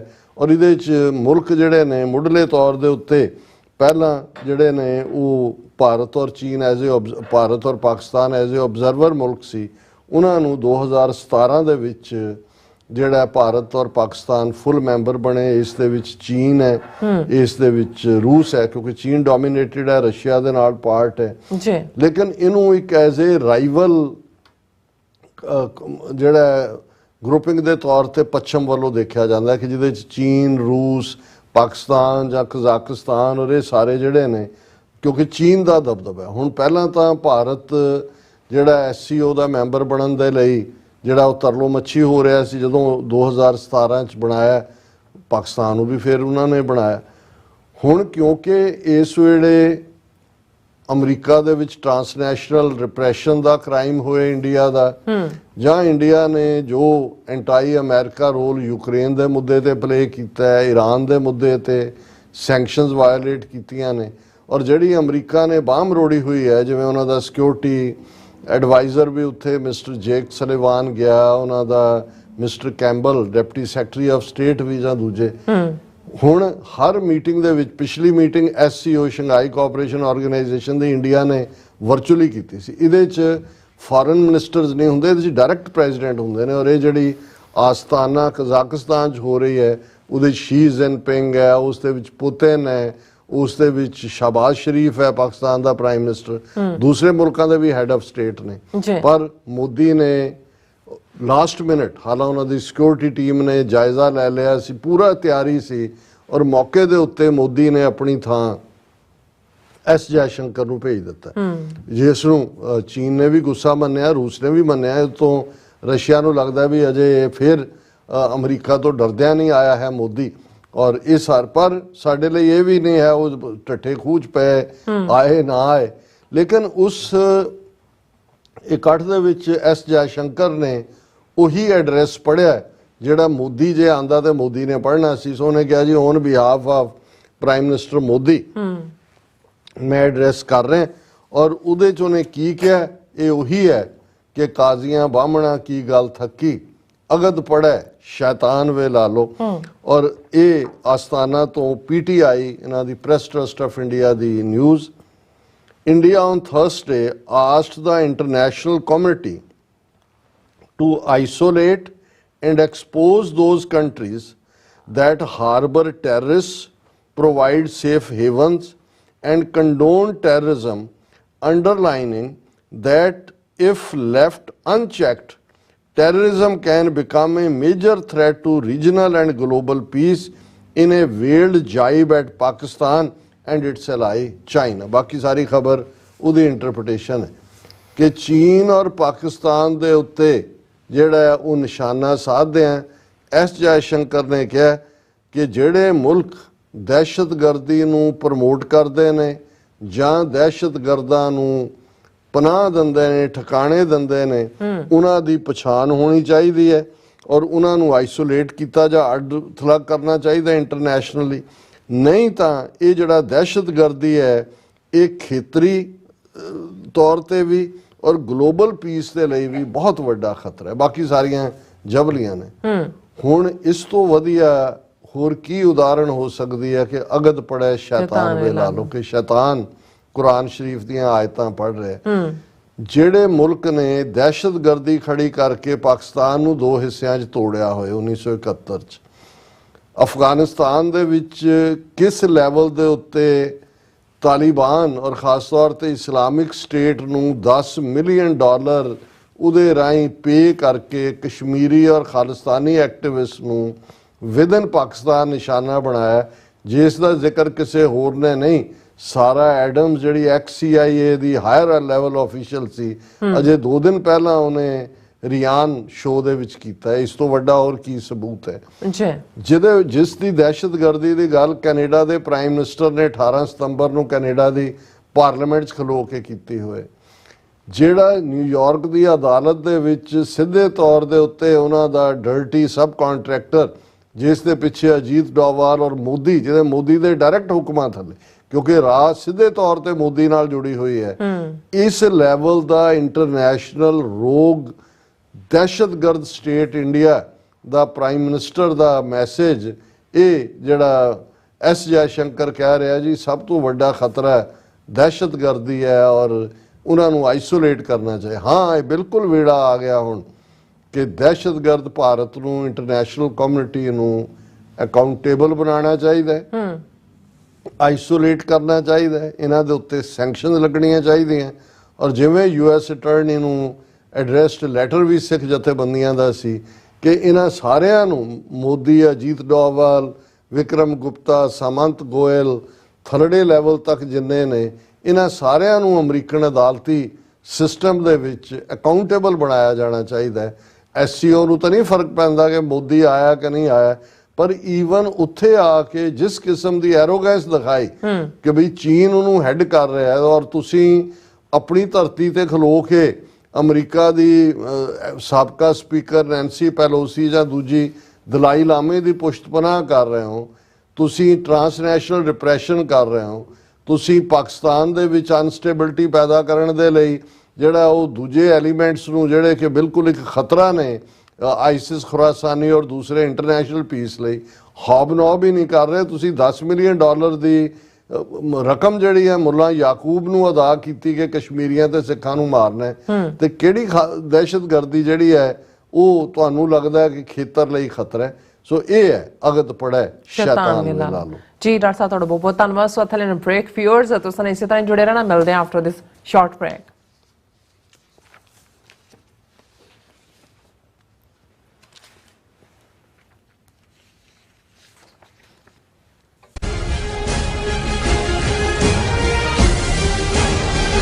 ਕੀ ਤੁਹਾਨੂੰ 30, 40 ਜਾਂ 50 ਦਿਨ ਵੇਟ ਕਰਨੀ ਪੈ ਰਹੀ ਹੈ ਤੁਹਾਡੇ ਚੈੱਕ ਲਈ?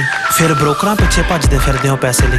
ਬਹੁਤ ਜ਼ਿਆਦਾ ਟਾਈਮ ਵੇਸਟ ਹੋ ਜਾਂਦਾ ਇੱਦਾਂ ਤਾਂ। ਜੇ ਤੁਸੀਂ ਅੱਜ ਹੀ ਪੈਸੇ ਲੈਣੇ ਤਾਂ ਬੌਬਟੇਲ ਨੂੰ ਕਾਲ ਕਰੋ। ਬੌਬਟੇਲ ਤੁਹਾਡੀਆਂ ਇਨਵੌਇਸਿਸ ਸੇਮ ਡੇ ਫੰਡ ਕਰ ਸਕਦੇ ਹਨ for a small fee, no contract, no reserve and no hidden fees। ਅੱਜ ਹੀ ਕਾਲ ਕਰੋ ਬੌਬਟੇਲ ਨੂੰ ਤੇ ਤੁਹਾਡਾ ਪਹਿਲਾ ਮਹੀਨਾ free. 410 204 2084। Again 410 204 2084। UK, Italy, Geneva, Austria, Australia, Toronto, Vancouver ਅਤੇ ਕੈਲੀਫੋਰਨੀਆ ਤੋਂ ਬਾਅਦ ਖਾਲਿਸਤਾਨ ਰੈਫਰੈਂਡਮ ਦੀਆਂ ਵੋਟਾਂ ਹੁਣ ਕੈਲਗਰੀ ਵਿੱਚ। ਕੈਲਗਰੀ ਵਿੱਚ ਖਾਲਿਸਤਾਨ ਦੀਆਂ ਵੋਟਾਂ 28 ਜੁਲਾਈ ਦਿਨ ਐਤਵਾਰ ਨੂੰ ਸਵੇਰੇ 9 ਵਜੇ ਤੋਂ ਲੈ ਕੇ ਸ਼ਾਮ ਦੇ 5 ਵਜੇ ਤੱਕ ਪੈਣਗੀਆਂ। ਵੋਟਿੰਗ ਸੈਂਟਰ ਦੀ ਲੋਕੇਸ਼ਨ ਜਾਣਨ ਲਈ ਜਾਂ ਵਾਲੰਟੀਅਰ ਕਰਨ ਦੇ ਲਈ ਸੰਪਰਕ ਕਰੋ 403 409 1445 ਜਾਂ 403 409 1446। This ad is paid by Gurdwara Dashmesh Culture Center.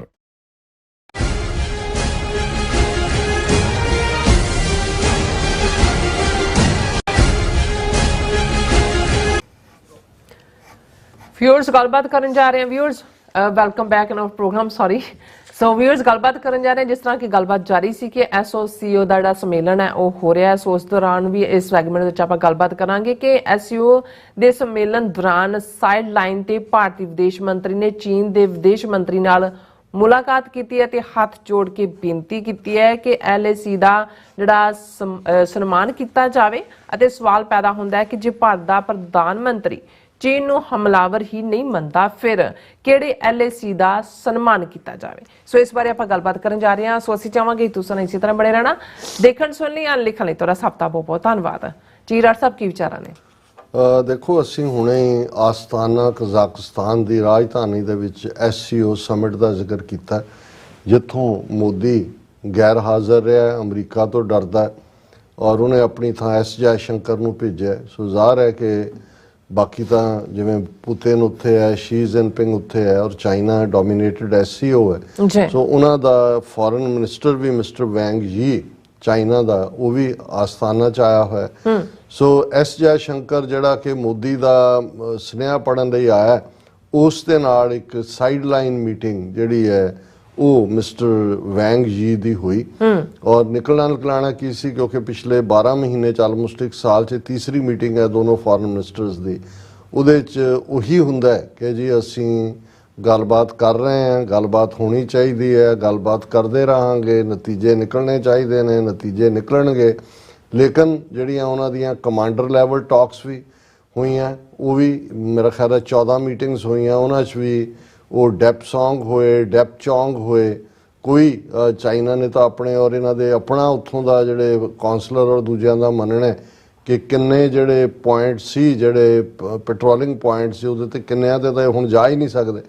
ਔਰ ਹੁਣ ਵੀ ਜਦੋਂ ਇਹ ਦੋਨੋਂ ਮਿਲੇ ਹਾਲਾਂ ਜਿਹੜੀ ਪਿਕਚਰ ਬਾਅਦ 'ਚ ਮੀਡੀਆ 'ਚ ਆਈ ਹੈ ਉਹਦੇ 'ਚ ਫਰੋਜ਼ਨ ਲੱਗਦੇ ਨੇ ਕਿ ਵੀ ਦੋਨੋਂ ਫਰੀਜ਼। ਕੋਈ ਗਰਮਜੋਸ਼ੀ ਤਾਂ ਦੂਰ ਦੀ ਗੱਲ ਕਿਉਂਕਿ ਇੱਕ ਤਾਂ ਚਾਈਨਾ ਇਹਦੇ ਤੋਂ ਹੀ ਅਫੈਂਡ ਹੋਇਆ ਹੋਏਗਾ ਵੀ ਮੋਦੀ ਆਇਆ ਹੀ ਨਹੀਂ ਹੈ। ਸੈਕੰਡਲੀ ਇਹ ਹੈ ਵੀ ਤੁਸੀਂ ਤਰਲੇ ਕਰ ਕਰਕੇ ਮੀਟਿੰਗ ਮੰਗਦੇ ਹੋ ਰਸ਼ੀਆ ਨੂੰ ਵਿੱਚ ਪਾ ਕੇ ਕਿਉਂਕਿ ਜਦੋਂ ਗਲਵਾਨ ਦਾ ਘਟਨਾਕ੍ਰਮ ਹੁੰਦਾ 2020 'ਚ ਤੇ ਰਸ਼ੀਆ ਦੀ ਮਿੰਨਤ ਕਰਕੇ ਦੋਨੋਂ ਵਾਰੀ ਜਿਹੜਾ S ਜੈਸ਼ੰਕਰ ਔਰ ਫੋਰਨ ਮਿਨਿਸਟਰ ਰਸ਼ੀਆ ਮਾਸਕੋ 'ਚ ਹੀ ਮਿਲੇ ਸੀ। ਪਰ ਤੁਸੀਂ ਫੇਰ ਜਾ ਕੇ ਅਮਰੀਕਾ ਦੀ ਕੱਛ 'ਚ ਵੜ ਜਾਂਦੇ ਹੋ ਜੋ ਚਾਈਨਾ ਦੇ ਮੈਂ ਕੰਟੈਕਸਟ ਗੱਲ ਕਰ ਰਿਹਾ। ਪਰ ਇਹਦੇ 'ਚ ਹੁਣ ਇਹ ਖਬਰ ਇਹ ਹੈ ਜੈਸ਼ੰਕਰ ਮੀਟਸ ਚਾਈਨਾਜ਼ ਵੈਂਗ ਜੀ says LAC must B respected. ਔਰ ਇਹ ਸਾਈਡਲਾਈਨ ਮੀਟਿੰਗ ਹੋਈ, ਉਹਨਾਂ ਨੇ ਕਿਹਾ ਜੀ ਦੇਖੋ ਜਿਹੜੀ LAC line of actual control ਉਹਦਾ ਰਿਸਪੈਕਟ ਜਿਹੜਾ ਜ਼ਰੂਰ ਹੋਣਾ ਚਾਹੀਦਾ, ਕਿਉਂਕਿ ਇਹ ਬੜਾ ਇੰਪੋਰਟੈਂਟ ਹੈ ਕਿ for peace and tranquillity in the border areas ਹਮੇਸ਼ਾ ਰਹੇ। ਹੁਣ ਕੋਈ ਸਿੱਧਾ ਸਵਾਲ ਪੁੱਛ ਸਕਦਾ ਹੈ ਕਿ ਵੀ ਤੁਸੀਂ ਇੱਕ ਪਾਸੇ ਤਾਂ ਤੁਹਾਡਾ ਪ੍ਰਾਈਮ ਮਿਨਿਸਟਰ ਪਾਰਲੀਮੈਂਟ 'ਚ ਖਲੋ ਕੇ ਕਹਿੰਦਾ ਹੈ ਕਿ ਨਾ ਕੋਈ ਆਇਆ ਨਾ ਕੋਈ ਗਿਆ ਨਾ ਕੋਈ ਘੁਸਾ। ਹਾਂ, ਦਹਿਸ਼ਤਗਰਦੀ ਦੇ ਮਾਮਲੇ 'ਚ ਜ਼ਰੂਰ ਹੁਣ ਵੀ ਪਾर्लियामेंट ਦੀ स्पीच मोदी ने किया कि 214 से पहले यहाँ आके मारते थे दहशतगर्द, अब हम घर में घुस के मारते। तो मतलब वो मान रहे हैं कि भाई कि ट्रांसनैशनल रिप्रेशन असी कर रहे हैं। पर जदों चाइना का ये आंदा और इन्हों का आइडियालॉग हिंदू तो भी आइडियालॉग सुब्रमण्यम स्वामी भी ये कहता है कि 4000 किलोमीटर की जी धरती है वो चाइना ने इन्हों तो खोई है इन्होंने सालों। और ये बिल्कुल नहीं, ये कहण नूं ही तैयार नहीं। जे तुहाडी पोजीशन ये है पब्लिकली कि भी कोई जिहड़ा आया ही नहीं, फिर तुसी किहड़ी LAC ਦਾ ਰਿਸਪੈਕਟ ਕਰਨ ਦੀ ਗੱਲ ਕਰਦੇ ਹੋ। ਸੋ ਮਤਲਬ ਇਹ ਹੈ ਵੀ ਇਹ ਲੋਕਾਂ ਨਾਲ ਵੀ ਝੂਠ ਬੋਲਦੇ ਨੇ, ਪਾਰਲੀਮੈਂਟ 'ਚ ਖਲੋ ਕੇ ਵੀ ਝੂਠ ਬੋਲਦੇ ਨੇ। ਔਰ ਜੇ ਤੁਸੀਂ ਚਾਈਨਾ ਦੇ ਸਾਹਮਣੇ ਦੇਖੋ ਤਾਂ ਫਿਰ ਉੱਥੇ ਭਿੱਜੀ ਬਿੱਲੀ ਬਣੇ ਹੁੰਦੇ ਨੇ। ਔਰ ਹਕੀਕਤ ਇਹ ਹੈ ਕਿ ਇੱਕ ਸਟੇਜ ਤੇ ਕੁਝ ਸਾਲ ਪਹਿਲਾਂ ਤੱਕ ਸਭ ਤੋਂ ਵੱਡਾ ਟ੍ਰੇਡ ਪਾਰਟਨਰ ਜਿਹੜਾ ਚੀਨ ਜਿਹੜਾ ਭਾਰਤ ਦਾ ਸੀ ਉਹ ਅਮਰੀਕਾ ਸੀ। ਹੁਣ $120 ਬਿਲੀਅਨ ਦਾ ਸਰਪਲਸ ਟ੍ਰੇਡ ਚਾਈਨਾ ਦੇ ਨਾਲ ਭਾਰਤ ਕਰਦਾ। ਕਿ ਵੀ ਜੇ ਤੁਹਾਨੂੰ ਇਹ ਹੈ ਵੀ ਚਾਈਨਾ ਨੇ LAC ਦੇ ਉੱਤੇ ਧਾਵਾ ਬੋਲ ਕੇ ਤੁਹਾਡੀ ਜ਼ਮੀਨ ਖੋਈ ਹੈ, ਬੋਲੋ ਮੂੰਹੋਂ, ਫਿਰ ਮੰਦਰਾਂ ਚੋਂ ਤੇ ਦੂਜੇ ਤੀਜੇ ਤਾਂ ਹੋਇਆ ਜੀ ਮੂਰਤੀਆਂ ਹਟਾ ਦਿਓ। ਉਹਨਾਂ ਨੇ ਕਿਹਾ ਫਿਰ ਤਾਂ ਭਗਵਾਨ ਹੀ ਕੋਈ ਨਹੀਂ ਬਚੇਗਾ, ਸਾਰੇ ਮੰਦਰਾਂ 'ਚ ਤਾਂ ਚੀਨ ਦੀਆਂ ਬਣੀਆਂ ਮੂਰਤੀਆਂ। ਐਪਾਂ ਹਟਾਤੀਆਂ ਜੀ, ਇਹ ਅਸੀਂ ਐਪ ਹਟਾਤੀ ਉਹ ਹਟਾਤੀ, ਲੇਕਿਨ ਵਪਾਰ ਇਹਨਾਂ 4 ਸਾਲਾਂ 'ਚ ਹਰ ਸਾਲ 5 ਬਿਲੀਅਨ ਵੱਧ ਜਾਂਦਾ। ਤੇ ਇਹਦਾ ਮਤਲਬ ਇਹ ਹੈ ਵੀ ਕਿਸੇ ਕੰਢੇ ਤੇ ਤਾਂ ਝੂਠ ਹੈ, ਚੀਨ ਤਾਂ ਝੂਠ ਨਹੀਂ, ਚੀਨ ਨੂੰ ਤਾਂ ਵਪਾਰ ਮਿਲ ਰਿਹਾ। ਚਾਈਨਾ ਤਾਂ ਜਿਹੜਾ ਇਹ ਸਾਰੇ ਦੇ ਮਾਮਲੇ 'ਚ ਇਹ ਵੀ ਉਹਨਾਂ ਨੂੰ ਕਹਿੰਦਾ ਕਿ ਭਾਈ ਅਸੀਂ ਤੁਹਾਡੀ ਜੋ ਤੁਸੀਂ ਕਸ਼ਮੀਰ 'ਚ ਕੀਤਾ 2019 ਅਸੀਂ ਨਹੀਂ ਮੰਨਦੇ ਉਹਨੂੰ। ਔਰ ਲਦਾਖ ਜਿਹੜਾ ਇਹ ਵੀ ਸਾਡਾ ਹਿੱਸਾ ਹੈ, ਅਰੁਣਾਚਲ ਪ੍ਰਦੇਸ਼ ਵੀ ਸਾਡਾ ਹਿੱਸਾ ਹੈ। ਹੁਣ ਉਹ ਤਾਂ ਈਵਨ ਇਹਨਾਂ ਦੋਨਾਂ ਨੂੰ ਵੀ ਚਾਈਨਾ ਦਾ ਹਿੱਸਾ ਮੰਨਦੇ ਹੋ, ਕਹਿੰਦੇ ਨੇ ਸਾਊਥ ਤਿੱਬਤ ਅਰੁਣਾਚਲ ਪ੍ਰਦੇਸ਼ ਨੂੰ। ਲੇਕਿਨ ਇਹਨਾਂ ਦੀ ਇੰਨੀ ਹਿੰਮਤ ਨਹੀਂ ਕਿ ਇਹ ਕਹਿਣ ਕਿ ਜੀ ਸਾਡਾ ਏਰੀਆ ਤੁਸੀਂ ਅਗਰੈਸਰ ਹੋ। ਤੁਸੀਂ ਕਹੀ ਜਾਓ ਜੀ LAC ਦਾ ਬਹੁਤ ਰਿਸਪੈਕਟ ਕਰੋ। ਉਹ ਕਹਿੰਦਾ ਜੀ ਅਸੀਂ ਬਹੁਤ ਰਿਸਪੈਕਟ ਕਰਦੇ ਹਾਂ, ਅਸੀਂ ਤੁਹਾਡੀ ਤਰ੍ਹਾਂ ਥਾਲੀ ਦੇ ਵਿੱਚ ਦੀਵੇ ਬਾਲ ਕੇ ਕੋਈ ਧੂਫ ਬੱਤੀ ਨਹੀਂ ਕਰਦੇ, ਰਿਸਪੈਕਟ ਅਸੀਂ ਬਹੁਤ ਕਰਦੇ ਹਾਂ LAC ਦਾ। ਸੋ ਇਹ ਆਪਣੇ ਲੋਕਾਂ ਨਾਲ ਵੀ ਧੋਖਾ ਕਰ ਰਹੇ ਨੇ, ਇੰਟਰਨੈਸ਼ਨਲੀ ਕਿਹਨੂੰ ਧੋਖਾ ਦੇ ਰਹੇ ਨੇ। ਬਿਲਕੁਲ ਜੀ ਡਾਕਟਰ ਸਾਹਿਬ, ਤੁਹਾਡਾ ਬਹੁਤ ਬਹੁਤ ਧੰਨਵਾਦ। ਸੋ ਇੱਥੇ ਲੈਣ ਬ੍ਰੇਕ। ਵਿਊਅਰਸ ਤੁਸੀਂ ਕਿਤੇ ਨਹੀਂ ਜਾਣਾ, ਮਿਲਦੇ ਹਾਂ ਛੋਟੇ ਜਿਹੇ ਬ੍ਰੇਕ ਤੋਂ ਬਾਅਦ।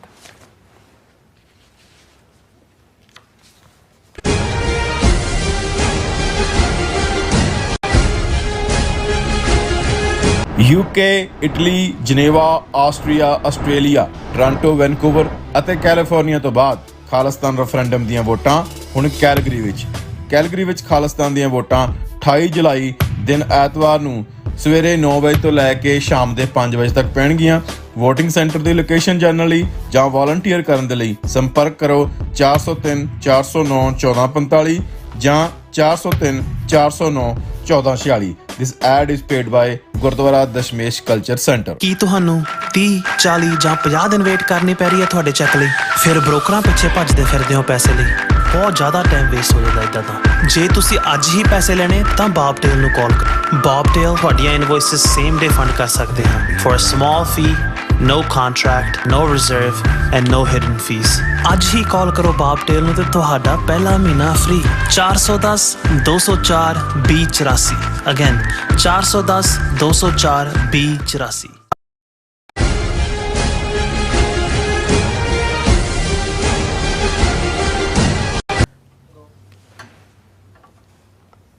Viewers welcome back from program. So viewers android section ਵਿੱਚ ਆਪਾਂ ਗੱਲਬਾਤ ਕਰਨ ਜਾ ਰਹੇ ਹਾਂ ਕਿ ਮੀਡੀਆ ਰਿਪੋਰਟਾਂ ਅਨੁਸਾਰ ਖਡੂਰ ਸਾਹਿਬ ਤੋਂ MP ਬਣੇ ਭਾਈ ਅੰਮ੍ਰਿਤਪਾਲ ਸਿੰਘ ਨੂੰ 5 ਜੁਲਾਈ ਨੂੰ ਡਿਬਰੂਗੜ੍ਹ ਅਸਾਮ ਜੇਲ੍ਹ ਚੋਂ ਦਿੱਲੀ ਲਿਆਂਦਾ ਜਾਵੇਗਾ।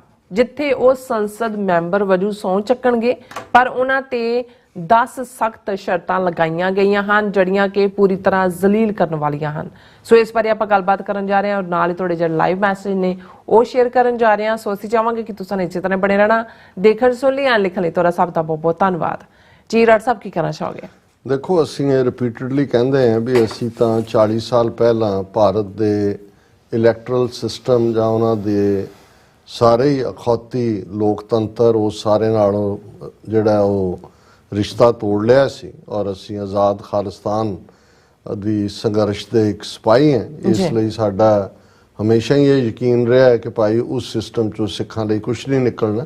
ਲੇਕਿਨ ਫਿਰ ਵੀ ਕਿਉਂਕਿ ਲੋਕਲ ਹਾਲਾਤ ਔਰ ਸਰਕਮਸਟੈਂਸਿਸ ਕਈ ਵਾਰ ਕੁਝ ਇਸ ਕਿਸਮ ਦਾ ਬਣਾ ਦਿੰਦੇ ਨੇ ਕਿ ਲੋਕਾਂ ਦੀ ਆਵਾਜ਼ ਜਿਹੜੀ ਹੈ ਉਹ ਤੁਹਾਨੂੰ ਸੁਣਨੀ ਵੀ ਪੈਂਦੀ ਹੈ। ਇਹੀ ਕਾਰਨ ਹੈ ਕਿ ਜਦੋਂ ਭਾਈ ਅੰਮ੍ਰਿਤਪਾਲ ਸਿੰਘ ਜਾਂ ਭਾਈ ਸਰਬਜੀਤ ਸਿੰਘ ਜਾਂ ਸਰ ਸਿਮਰਨਜੀਤ ਸਿੰਘ ਮਾਨ ਵਰਗੀਆਂ ਸ਼ਖਸੀਅਤਾਂ ਮੈਦਾਨ ਦੇ ਵਿੱਚ ਉਤਰਦੀਆਂ ਨੇ ਲੋਕ ਸਭਾ ਚੋਣਾਂ ਲਈ ਔਰ ਖ਼ਾਸ ਤੌਰ ਤੇ ਭਾਈ ਅੰਮ੍ਰਿਤਪਾਲ ਸਿੰਘ ਦੇ ਮਾਮਲੇ 'ਚ ਖਡੂਰ ਸਾਹਿਬ ਦੇ ਜਿਹੜੇ ਵੋਟਰ ਨੇ ਉਹ ਇਹ ਫੈਸਲਾ ਕਰਦੇ ਨੇ ਕਿ ਭਾਈ ਅਸੀਂ ਸਜ਼ਾ ਦੇਣੀ ਹੈ ਹਕੂਮਤ ਨੂੰ ਔਰ ਭਾਈ ਅੰਮ੍ਰਿਤਪਾਲ ਸਿੰਘ ਨੂੰ ਜਿਹੜਾ ਨਿਹੱਕੇ ਨੂੰ ਫੜ ਕੇ NSA ਦੇ ਥੱਲੇ 2900 ਕਿਲੋਮੀਟਰ ਦੂਰ ਰੱਖਿਆ ਹੋਇਆ ਤੇ ਅਸੀਂ ਵੀ ਇਹ ਸਮਝਿਆ ਕਿ ਭਾਈ ਦੇਖੋ ਲੋਕਾਂ ਦੀ ਆਵਾਜ਼ ਕੀ ਔਰ ਲੋਕਾਂ ਨੇ ਜਿਸ ਵੱਡੇ ਮੈਂਡੇਟ ਨਾਲ ਲਗਭਗ 2 ਲੱਖ ਵੋਟਾਂ ਦੇ ਫਰਕ ਨਾਲ ਜਿਹੜਾ ਅੰਮ੍ਰਿਤਪਾਲ ਸਿੰਘ ਜਿੱਤੇ, ਜਿਹੜਾ ਈਵਨ ਮੋਦੀ ਦੀ ਲੀਡ ਵੀ ਨਹੀਂ ਹੈ, ਜਿੱਥੇ ਕਿ ਉਹ ਬਨਾਰਸ ਜਾ ਕੇ ਕਹਿੰਦਾ ਕਿ ਮੈਂ ਗੰਗਾ ਮਈਆ ਦਾ ਪੁੱਤਰ ਹਾਂ ਤੇ ਗੰਗਾ ਨੇ ਮੈਨੂੰ ਕੱਢਿਆ, ਮੈਨੂੰ ਮਾਂ ਨੇ ਨਹੀਂ ਜੰਮਿਆ, ਗੰਗਾ ਨੇ ਜੰਮਿਆ। ਔਰ ਪੰਜਾਬ ਦੀਆਂ 13 ਦੀਆਂ 13 ਸੀਟਾਂ 'ਚੋਂ ਸਭ ਤੋਂ ਜ਼ਿਆਦਾ ਲੀਡ ਦੇ ਨਾਲ ਉਹਨਾਂ ਦੀ ਜਿੱਤ ਹੋਈ। ਹਾਲਾਂ ਜਦੋਂ ਜਿਹੜੇ ਉਦੋਂ ਇਹ ਸਮਝਦੇ ਸੀ ਕਿ ਜੀ ਜੇ ਉਹ ਜਿੱਤ ਜਾਣਗੇ ਤੇ ਉਹ ਬਾਹਰ ਆ ਜਾਣਗੇ ਕਿਉਂਕਿ ਉਹਨਾਂ ਦੇ ਲਈ 1999 'ਚ ਮਾਨ ਸਾਹਿਬ ਜਾਂ ਥਿੰਦਰਪਾਲ ਸਿੰਘ ਜਾਂ ਦੂਸਰੇ ਉਦਾਹਰਣ ਸੀ। ਮੈਂ ਕਿਹਾ ਵੀ ਉਹ ਇੱਕ ਵੱਖਰੇ ਸਮਝੌਤੇ ਦਾ ਹਿੱਸਾ ਸੀ ਕਿ ਉਹਨਾਂ ਨੂੰ ਛੱਡਿਆ ਜਾਏਗਾ, ਐਸਾ ਕੋਈ ਲਾਅ ਐਗਜ਼ਿਸਟ ਨਹੀਂ ਕਰਦਾ। ਪਰ ਕਿਉਂਕਿ ਨਾ ਭਾਈ ਅੰਮ੍ਰਿਤਪਾਲ ਸਿੰਘ ਨੇ ਕੋਈ ਜਿਹੜਾ ਜੁਰਮ ਕੀਤਾ ਹੋਇਆ, ਨਾ ਕਿਸੇ ਕੋਰਟ ਦੇ ਵਿੱਚ ਸਾਬਤ ਹੈ, ਇੱਕ ਗ੍ਰੇਸ ਹੁੰਦੀ ਹੈ ਜੇ ਤੁਸੀਂ ਆਪਣੇ ਆਪ ਨੂੰ ਜਮਹੂਰੀਅਤ ਕਹਿੰਦੇ ਹੋ ਤਾਂ ਜਦੋਂ ਹੀ ਇਹ ਲੋਕਾਂ ਦਾ ਫਤਵਾ ਸੀ ਗ੍ਰੇਸਫੁਲੀ ਉਹਨਾਂ ਨੂੰ ਤੁਸੀਂ ਔਰ ਇਹਨਾਂ ਨੇ ਸੈਂਟਰਲ ਏਜੰਸੀਆਂ ਨੇ ਇਸ ਭੰਤੇ ਨੂੰ ਕਹਿ ਕੇ ਜਿਹੜਾ 1 ਸਾਲ ਹੋਰ ਨੈਸ਼ਨਲ ਜਿਹੜਾ ਸਿਕਿਉਰਿਟੀ ਐਕਟ ਲਾਤਾ। ਫਿਰ ਵਕੀਲਾਂ ਦਾ ਸਿਲਸਿਲਾ ਸ਼ੁਰੂ ਹੋਇਆ ਜੀ, ਜੇਲਰ ਨੂੰ ਲਿਖਿਆ, ਅਦਾਲਤ 'ਚ ਗਏ, ਸਹੁੰ ਚੁਕਾਈ ਜਾਏ, ਡਿਪਟੀ ਕਮਿਸ਼ਨਰ ਨੂੰ ਲਿਖਿਆ, ਉਹਨੇ ਪੰਜਾਬ ਸਰਕਾਰ ਦੇ ਚੀਫ ਸੈਕਟਰੀ ਨੂੰ ਭੇਜਿਆ, ਚੀਫ ਸੈਕਟਰੀ ਨੇ ਓਮ ਬਿਰਲਾ ਨੂੰ ਸਪੀਕਰ ਨੂੰ ਭੇਜਿਆ ਕਿ ਜੀ ਸਹੁੰ ਚੁਕਾਈ ਜਾਏ। ਇਹ ਵੀ ਸੀ ਵੀ ਚੁਕਾਣੀ ਹੈ ਕਿ ਨਹੀਂ ਹੈ। ਹੁਣ ਇਹ ਆ ਗਿਆ ਕਿ ਜੀ ਉਹਨਾਂ ਨੇ ਕਿਹਾ ਕਿ 5 ਜੁਲਾਈ ਨੂੰ ਜਿਹੜਾ ਉਹ ਸਹੁੰ ਚੁਕਾਈ ਜਾਏਗੀ। ਲਿਮਿਟਿਡ ਰਿਹਾਈ, ਲਿਮਿਟਿਡ ਰਿਹਾਈ ਦਾ ਮਤਲਬ ਉਹ ਉਹਨਾਂ ਦੀ ਔਰ ਜਿਹੜੀਆਂ ਸ਼ਰਤਾਂ ਨੇ ਮੈਂ ਸਮਝਦਾ ਵੀ ਹਾਲਾਂ ਉਹਨਾਂ ਦੇ ਨਾਲ ਹੁਣ ਆਲੇ ਦੁਆਲੇ ਕਿਹਦਾ ਸੰਬੰਧ ਜੁੜਿਆ ਹੋਇਆ ਜਾਂ ਕੀ ਹੈ। ਕੁਝ ਚੀਜ਼ਾਂ ਜਿਸ ਲੈਵਲ ਦੀ ਐਕਸਪੈਕਟੇਸ਼ਨ ਭਾਈ ਅੰਮ੍ਰਿਤਪਾਲ ਸਿੰਘ ਤੋਂ ਪੰਜਾਬ ਦੇ ਜਾਂ ਹਲਕਾ ਖਡੂਰ ਸਾਹਿਬ ਦੇ ਲੋਕ ਕਰਦੇ ਨੇ, ਮੈਂ ਸਮਝਦਾ ਵੀ ਆ ਜਿਹੜੀ ਜ਼ਲਾਲਤ ਹੈ, ਜਿਹੜੀਆਂ ਹੁਣ 10 ਸ਼ਰਤਾਂ ਦੇ ਉੱਤੇ ਉਹਨਾਂ ਨੂੰ ਜਿਹੜਾ ਸਹੁੰ ਚੁਕਾਉਣ ਲਈ ਲਿਆਂਦਾ ਜਾ ਰਿਹਾ। ਉਹਨਾਂ ਨੇ ਕਿਹਾ ਕਿ ਵੀ ਉਹਨਾਂ ਨਾਲ ਡਿਬਰੂਗੜ੍ਹ ਜੇਲ੍ਹ ਤੋਂ ਰਿਹਾ ਹੋਣ ਤੋਂ ਲੈ ਕੇ ਆਪਣੀ ਹਿਰਾਸਤ ਦਾ ਸਮਾਂ ਪੂਰਾ ਕਰਨ ਲਈ ਵਾਪਸ ਜੇਲ੍ਹ ਪਹੁੰਚਣ ਤੱਕ ਦਾ ਸਾਰਾ ਸਮਾਂ ਉਹਨਾਂ ਦੇ ਨਾਲ ਉਨੇ ਪੁਲਿਸ ਮੁਲਾਜ਼ਮ ਤਾਇਨਾਤ ਰਹਿਣਗੇ ਜਿੰਨੇ ਅੰਮ੍ਰਿਤਸਰ ਦੇ SSP ਯੋਗ ਸਮਝਣ ਨਾਲ ਪੁਲਿਸ ਰਹੇਗੀ। ਪਾਰਲੀਮੈਂਟ ਦੇ ਅੰਦਰ ਉਹਨਾਂ ਦੇ ਨਾਲ ਉਨੇ ਪੁਲਿਸ ਮੁਲਾਜ਼ਮ ਜਾਂ ਸੁਰੱਖਿਆ ਮੁਲਾਜ਼ਮ ਤਾਇਨਾਤ ਰਹਿਣਗੇ ਜਿਨ੍ਹਾਂ ਦੀ ਆਗਿਆ 77 ਲੋਕ ਸਭਾ ਅੰਦਰ ਵੀ ਪਾਰਲੀਮੈਂਟ ਦੇ ਉੱਥੇ ਵੀ ਨਾਲ ਪੁਲਿਸ। ਆਪਣੀ ਆਰਜ਼ੀ ਰਿਹਾਈ ਦੌਰਾਨ ਉਹ ਨਵੀਂ ਦਿੱਲੀ ਤੋਂ ਇਲਾਵਾ ਕਿਸੇ ਵੀ ਹੋਰ ਕਾਰਜ ਖੇਤਰ ਵਿੱਚ ਦਾਖਲ ਨਹੀਂ ਹੋਣਗੇ। ਉਹ ਆਪਣੇ ਹਲਕੇ ਦੇ ਲੋਕਾਂ ਨੂੰ ਨਹੀਂ, ਪੰਜਾਬ ਹੀ ਨਹੀਂ ਆ ਸਕਦੇ ਕਿ ਤੁਸੀਂ ਜਿਹੜਾ ਦਿੱਲੀ ਰਿਹਾਈ ਦੇ ਸਮੇਂ ਵਿੱਚ ਡਿਬਰੂਗੜ੍ਹ ਕੇਂਦਰੀ ਜੇਲ੍ਹ ਤੋਂ ਦਿੱਲੀ ਤੱਕ ਜਾਣ ਅਤੇ ਵਾਪਸ ਆਉਣ ਤੱਕ ਦਾ ਸਮਾਂ ਸ਼ਾਮਲ ਹੋਏਗਾ ਕਿ ਜਿਹੜੀ 1 ਦਿਨ ਦੀ ਜਰਨੀ ਆਉਣ ਦੀ ਉਹ ਵੀ ਉਹਦੇ 'ਚ ਹੀ 4 ਦਿਨ ਜਿਹੜੇ ਦਿੱਤੇ ਨੇ ਤਾਂ ਕਿ ਕੋਈ ਬਾਹਰ ਫ੍ਰੀ ਹਵਾ ਦੇ ਵਿੱਚ ਕੋਈ ਸਾਹ ਨਾ ਲੈ ਲੈ। ਜਿਸ ਸਮੇਂ ਦੌਰਾਨ ਅੰਮ੍ਰਿਤਪਾਲ ਸਿੰਘ ਦੀ ਪਾਰਲੀਮੈਂਟ ਵਿੱਚ ਲੋੜ ਨਾ ਹੋਵੇ ਉਹਨਾਂ ਨੂੰ ਅਜਿਹੀ ਥਾਂ ਤੇ ਰੱਖਿਆ ਜਾਏਗਾ ਜਿੱਥੇ SSP ਅੰਮ੍ਰਿਤਸਰ ਸੁਰੱਖਿਆ ਦੇ ਵੱਖ-ਵੱਖ ਪਹਿਲੂਆਂ ਨੂੰ ਵਿਚਾਰਨ ਤੋਂ ਬਾਅਦ ਯੋਗ ਸਮਝਣ। ਹੁਣ ਹਾਲਾਂ ਲੋਕ ਸਭਾ ਦਾ ਸੈਸ਼ਨ ਖਤਮ ਹੋ ਚੁੱਕਾ ਹੈ, ਸੋ ਉਹਨਾਂ ਨੇ ਸਪੀਕਰ ਦੇ ਚੈਂਬਰ 'ਚ ਜਾ ਕੇ ਚੁੱਕਣੀ ਹੈ। ਪਰ ਉਹ ਕਹਿੰਦੇ ਨੇ ਵੀ ਉੱਥੇ ਵੀ ਜਾ ਕੇ ਜਦੋਂ ਉੱਥੇ ਅਜੇ ਸਹੁੰ ਚੁੱਕਣ ਔਰ ਨਾ ਚੁੱਕਣ ਦੇ ਵਿੱਚ ਵਕਤ ਹੈ ਤੇ ਉਹਨਾਂ ਦੀ ਸੁਰੱਖਿਆ ਥੱਲੇ ਹੀ ਰਹਿਣਗੇ। ਦੇਖੋ ਦਿੱਲੀ ਵਿੱਚ ਰਹਿਣ ਦੌਰਾਨ ਉਹ ਆਪਣੇ ਪੰਜਾਬ ਡੈਟੇਨਿਊ ਕੰਡੀਸ਼ਨ ਆਫ ਡਿਟੈਂਸ਼ਨ 1981 ਦੀ ਧਾਰਾ 2C ਵਿੱਚ ਪਰਿਭਾਸ਼ਿਤ ਰਿਸ਼ਤੇਦਾਰਾਂ ਨੂੰ ਮਿਲ ਸਕਣਗੇ। ਇਹਦਾ ਮਤਲਬ ਮਾਪਿਓ ਤੇ ਵਾਈਫ ਤਾਂ ਪਹਿਲਾਂ ਹੀ ਉੱਥੇ ਜਾ ਕੇ ਰਹਿੰਦੀ ਹੈ ਨੇੜੇ ਤੇੜੇ ਗੁਰਦੁਆਰਾ ਸਾਹਿਬ ਦੇ। ਸੋ ਮਤਲਬ ਇਹ ਹੈ ਵੀ ਹੋਰ ਕਿਸੇ ਆਪਣੇ ਕੰਸਟੀਟਿਊਐਂਟ ਨੂੰ ਜਾਂ ਐਕਸਟੈਂਡਡ ਫੈਮਿਲੀ ਨੂੰ ਵੀ ਨਹੀਂ ਮਿਲ ਸਕਦੇ।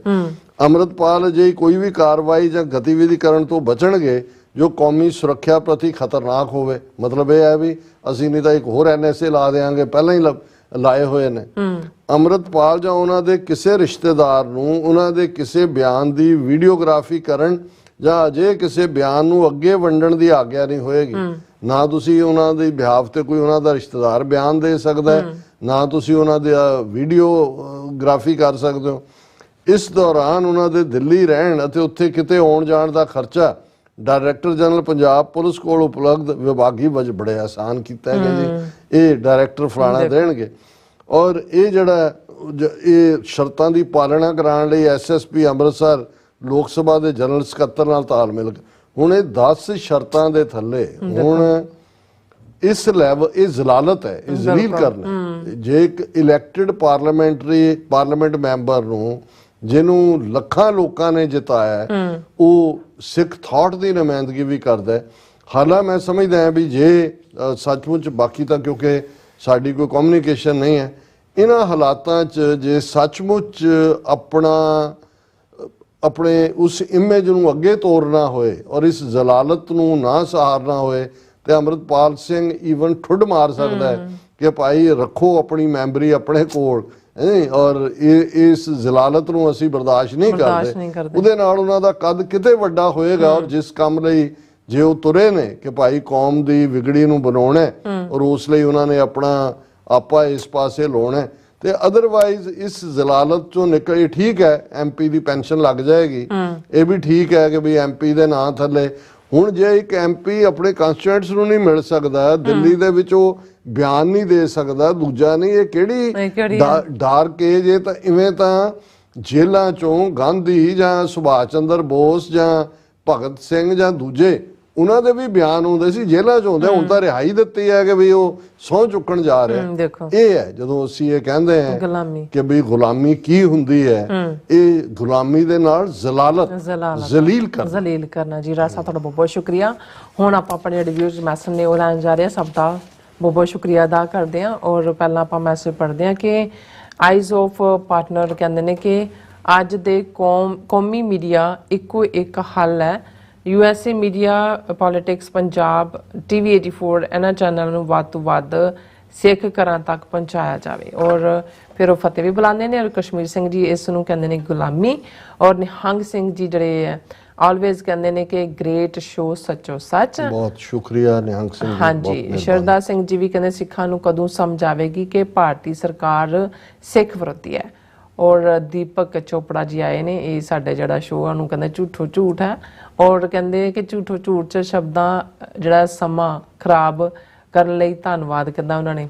ਦੀਪਕ ਚੋਪੜਾ ਜੀ, ਵੈਸੇ ਇਹ ਤੁਹਾਨੂੰ ਇੰਨਾ ਝੂਠ ਪਿਆਰਾ ਲੱਗਦਾ ਵੀ ਤੁਸੀਂ ਵੀ ਆਪਣਾ ਸਮਾਂ ਬਰਬਾਦ ਕਰਨਾ, ਜਾ ਕੇ ਟੱਲੀਆਂ ਵਜਾਓ ਕਿਸੇ ਮੰਦਿਰ 'ਚ, ਜੈ ਮਾਤਾ ਦੀ ਕਰੋ ਜਾਂ ਜੈ ਮੋਦੀ ਕੀ ਕਰੋ, ਇੱਥੇ ਕੀ ਲੈਣ ਆਏ? ਇੱਥੇ ਕੀ ਲੈਣ ਆਏ? ਨਿਹੰਗ ਸਿੰਘ ਜੀ ਜਵਾਬ ਦਿੰਦੇ ਨੇ, ਦੀਪਕ ਜੀ ਸੱਚ ਸੁਣਨਾ ਹੈ ਤਾਂ ਮੋਦੀ ਨੂੰ ਜਾ ਕੇ ਸੁਣ ਲਓ। ਕੁਲਦੀਪ ਸਿੰਘ ਜੀ ਕਹਿੰਦੇ ਸਿੱਖੋ ਸਰਦਾਰੋ ਇਕੱਠ ਜਿੱਦ ਜਾਂ ਇਕੱਠੇ ਹੋ ਜਾਓ, ਉਹਨਾਂ ਦਾ ਮਤਲਬ ਹੈ ਜਾਂ ਏਕਤਾ। ਔਰ ਕੁਲਦੀਪ ਸਿੰਘ ਜੀ ਵੀ ਆਏ ਨੇ ਔਰ ਸਾਨੂੰ ਫਤਿਹ ਬੁਲਾਉਂਦੇ ਨੇ।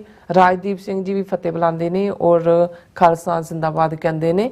ਔਰ ਇਸੇ ਤਰ੍ਹਾਂ ਕੁਲਦੀਪ ਕੌਰ ਜੀ ਵੀ ਗੁਰਫਤਿਹ ਜੀ ਔਰ ਜਸਵੀਰ ਸਿੰਘ ਜੀ ਵੀ ਫਤਿਹ ਬੁਲਾਉਂਦੇ ਨੇ। ਮੁਹੰਮਦ ਬੋਇਲ ਜੀ ਵੀ ਕੌਮੀ ਯੋਧਾ। ਔਰ ਇਸੇ ਤਰ੍ਹਾਂ ਸ਼ਰਦਾ ਸਿੰਘ ਜੀ ਫਤਿਹ ਬੁਲਾਉਂਦੇ ਨੇ। ਜੋਗਿੰਦਰ ਸਿੰਘ ਜੀ ਵੀ ਫਤਿਹ ਐਂਡ ਰਾਜਬਿੰਦਰ ਸਿੰਘ ਜੀ ਵੀ ਫਤਿਹ ਬੁਲਾਉਂਦੇ ਨੇ ਔਰ ਕਹਿੰਦੇ ਟੈਰਰਿਸਟ ਕੰਟਰੀ ਪ੍ਰੀਚਿੰਗ ਪੀਸ। ਔਰ ਫਿਰ ਇਸੇ ਤਰ੍ਹਾਂ ਆਲ ਅਬਾਊਟ ਟਰੂਥ ਐਂਡ ਸਿੱਖਿਜ਼ਮ ਜੀ ਵੀ ਫਤਿਹ ਬੁਲਾਉਂਦੇ ਨੇ। ਮਨਦੀਪ ਸਿੰਘ ਜੀ ਵੀ ਫਤਿਹ ਬੁਲਾਉਂਦੇ ਨੇ। ਜ਼ੁਲਫਿਕਾਰ ਖਾਨ ਜੀ ਵੀ ਖਾਲਸਾ ਜ਼ਿੰਦਾਬਾਦ। ਔਰ ਜਗਤਾਰ ਸਿੰਘ ਜੀ ਔਰ ਇਸੇ ਤਰ੍ਹਾਂ ਧਰਮ ਸਿੰਘ ਜੀ ਕਹਿੰਦੇ ਭਾਈ ਗਜਿੰਦਰ ਸਿੰਘ ਜੀ ਦੇ ਤੁਰ ਜਾਣ ਦਾ ਬਹੁਤ ਦੁੱਖ ਹੋਇਆ, ਉਹ ਜਿੰਦਾ ਰਹਿਣਗੇ ਸਦੀਆਂ ਤੱਕ ਆਜ਼ਾਦੀ ਪਰਵਾਨਿਆਂ ਦੇ ਦਿਲਾਂ ਦੇ ਵਿੱਚ, ਖਾਲਸਾ ਦੀ ਫਿਜ਼ਾ ਵਿੱਚ। ਖਾਲਸਾ ਜ਼ਿੰਦਾਬਾਦ ਐਂਡ ਪ੍ਰਣਾਮ ਸ਼ਹੀਦਾਂ ਨੂੰ। ਬਲਿਹਾਰ ਸਿੰਘ ਕੰਗ ਜੀ ਵੀ ਫਤਿਹ ਬੁਲਾਉਂਦੇ ਨੇ ਔਰ ਕਹਿੰਦੇ ਬਾਪੂ ਜੀ ਨੂੰ ਕੋਟ ਕੋਟ ਪ੍ਰਣਾਮ ਸਰ, ਵਾਹਿਗੁਰੂ ਜੀ ਆਪਣੇ ਚਰਨਾਂ ਵਿੱਚ ਨਿਵਾਸ ਬਖਸ਼ਣ, ਖਾਲਸਾ ਜ਼ਿੰਦਾਬਾਦ। ਅਵਤਾਰ ਸਿੰਘ ਖਾਲਸਾ ਜ਼ਿੰਦਾਬਾਦ ਕਹਿੰਦੇ ਨੇ। ਕਸ਼ਮੀਰ ਕਹਿੰਦੇ ਨੇ ਕਿ ਪ੍ਰਣਾਮ ਹੈ ਕੌਮ ਦੇ ਮਹਾਨ ਯੋਧੇ ਨੂੰ ਜੀ। ਔਰ ਫਿਰ ਇਸ ਤਰ੍ਹਾਂ ਅਵਤਾਰ ਸਿੰਘ ਜੀ, ਨਸਬੁੱਲਰ, ਹਾਂਜੀ ਬਲਵਿੰਦਰ ਸਿੰਘ ਜੀ ਕਹਿੰਦੇ ਇੱਧਰ ਉੱਧਰ ਦੀ ਹੁਣ ਛੱਡ ਦਿਓ ਗੱਲ ਮਿੱਤਰੋ, ਖਾਲਿਸਤਾਨ ਹੈ ਜਿਹੜਾ ਹੱਲ ਹੈ ਸਾਰੇ ਮਸਲਿਆਂ ਦਾ ਕਹਿੰਦੇ ਨੇ। ਔਰ ਇਸੇ ਤਰ੍ਹਾਂ KSG ਫਤਿਹ ਬੁਲਾਉਂਦੇ ਨੇ। ਡਾਕਟਰ ਪਰਮਜੀਤ ਸਮਰਾ ਜੀ ਵੀ ਕਹਿੰਦੇ ਸ਼ਹੀਦ ਭਾਈ ਗਜਿੰਦਰ ਸਿੰਘ ਜਲਾਵਤਨੀ ਦੀ ਸਿੱਖ ਕੌਮ ਲਈ ਤਿਆਗ ਦੀ ਕੁਰਬਾਨੀ ਅਮਰ ਰਹੇਗੀ। ਔਰ ਜਸਬੀਰ ਸਿੰਘ ਜੀ ਫਤਿਹ ਬੁਲਾਉਂਦੇ ਨੇ। ਸਿੰਘ ਨਵਜੋਤ ਜੀ ਪੰਜਾਬ ਬਣੇਗਾ ਖਾਲਿਸਤਾਨ। ਸੁਖਜੀਵਨ ਬੱਚੂ ਜੀ ਵੀ keep it up good job. Singh Garcha ji ਵੀ ਔਰ ਇਸੇ ਤਰ੍ਹਾਂ ਪਨਿੰਦਰ ਜੈਦੀਸ਼ ਜੀ ਵੀ ਸਾਨੂੰ ਫਤਿਹ ਬੁਲਾਉਂਦੇ ਨੇ। ਔਰ ਫਿਰ ਇਸ ਤਰ੍ਹਾਂ ਡਾਕਟਰ ਪਰਮਜੀਤ ਸਮਰਾ ਜੀ ਵੀ ਸਾਨੂੰ ਫਤਿਹ ਬੁਲਾਉਂਦੇ ਨੇ। ਔਰ ਜਸਵੰਤ ਗਿੱਲ ਜੀ ਸਲੂਟ ਟੂ ਭਾਈ ਗਜਿੰਦਰ ਸਿੰਘ ਜੀ। ਅਵਤਾਰ ਸਿੰਘ ਜੀ ਵੀ ਸਾਨੂੰ ਫਤਿਹ ਬੁਲਾਉਂਦੇ ਨੇ। ਹਰਮਨ ਪੰਨੂ ਜੀ ਵੀ ਖਾਲਸਾ ਜ਼ਿੰਦਾਬਾਦ ਕਹਿੰਦੇ ਨੇ। ਸੋਨਮਾਇਲ ਜੀ ਵੀ ਸਾਨੂੰ ਫਤਿਹ ਬੁਲਾਉਂਦੇ ਨੇ। ਇੰਦਰਜੀਤ ਸਿੰਘ ਸੰਧੂ ਜੀ ਵੀ ਫਤਿਹ ਬੁਲਾਉਂਦੇ ਨੇ ਔਰ ਖਾਲਸਾ ਜ਼ਿੰਦਾਬਾਦ ਕਹਿੰਦੇ ਨੇ। ਔਰ ਧਰਮ ਸਿੰਘ ਜੀ ਵੀ ਫਤਿਹ। ਐਂਡ ਇਸੇ ਤਰ੍ਹਾਂ ਖਾਲਸਾ ਦੇਸ਼ ਪੰਜਾਬ ਜੀ, ਵਾਹਿਗੁਰੂ ਜੀ ਕਾ ਖਾਲਸਾ ਵਾਹਿਗੁਰੂ ਜੀ ਕੀ ਫਤਿਹ। ਅੱਜ ਮਨ ਬਹੁਤ ਦੁਖੀ ਹੋਇਆ ਬਾਪੂ ਜੀ ਦੀ ਖਬਰ ਸੁਣ ਕੇ, ਬਹੁਤ ਦੁੱਖ ਲੱਗਾ। ਵਾਹਿਗੁਰੂ ਜੀ ਉਹਨਾਂ ਨੂੰ ਆਪਣੇ ਚਰਨਾਂ ਵਿੱਚ ਨਿਵਾਸ ਬਖਸ਼ਣ। ਨਿਹੰਗ ਸਿੰਘ ਜੀ ਸਾਨੂੰ ਫਤਿਹ ਬੁਲਾਣੇ, ਸਭ ਦਾ ਬਹੁਤ ਬਹੁਤ ਸ਼ੁਕਰੀਆ। ਇਸ ਤਰ੍ਹਾਂ ਆਪਣੇ ਵਿਊਅਰਸ ਕੋਲ ਲੈਣੇ ਇਜਾਜ਼ਤ। ਵਿਊਅਰਸ ਸਾਡੇ ਪ੍ਰੋਗਰਾਮ ਦਾ ਸਮਾਂ ਇੱਥੇ ਮੁੱਕਦਾ। ਤੁਸੀਂ ਆਪਣਾ ਰਾਏ ਤੇ ਸੁਝਾਅ ਸਾਨੂੰ ਭੇਜਣਾ ਨਾ ਭੁੱਲਣਾ ਸਾਡੇ ਇਸ ਪਤੇ ਤੇ sos@tvd4.tv ਤੇ ਅਸੀਂ ਆਪਣਾ ਪ੍ਰੋਗਰਾਮ ਲੈ ਕੇ ਫਿਰ ਦੁਬਾਰਾ ਤੁਹਾਡੇ ਸਾਹਮਣੇ ਮੁੱਖ ਹੋਵਾਂਗੇ। ਤਦ ਤੱਕ ਲਈ ਮੈਨੂੰ ਤੇ ਆਪਣਾ ਰਸਨਾ ਆ ਗਿਆ। ਦੇਖਦੇ ਰਹੋ TV4 ਬੁਲਾ ਦਿਓ ਫਤਿਹ। ਵਾਹਿਗੁਰੂ ਜੀ ਕਾ ਖਾਲਸਾ ਵਾਹਿਗੁਰੂ ਜੀ ਕੀ ਫਤਿਹ। ਰੱਬ ਰਾਖਾ।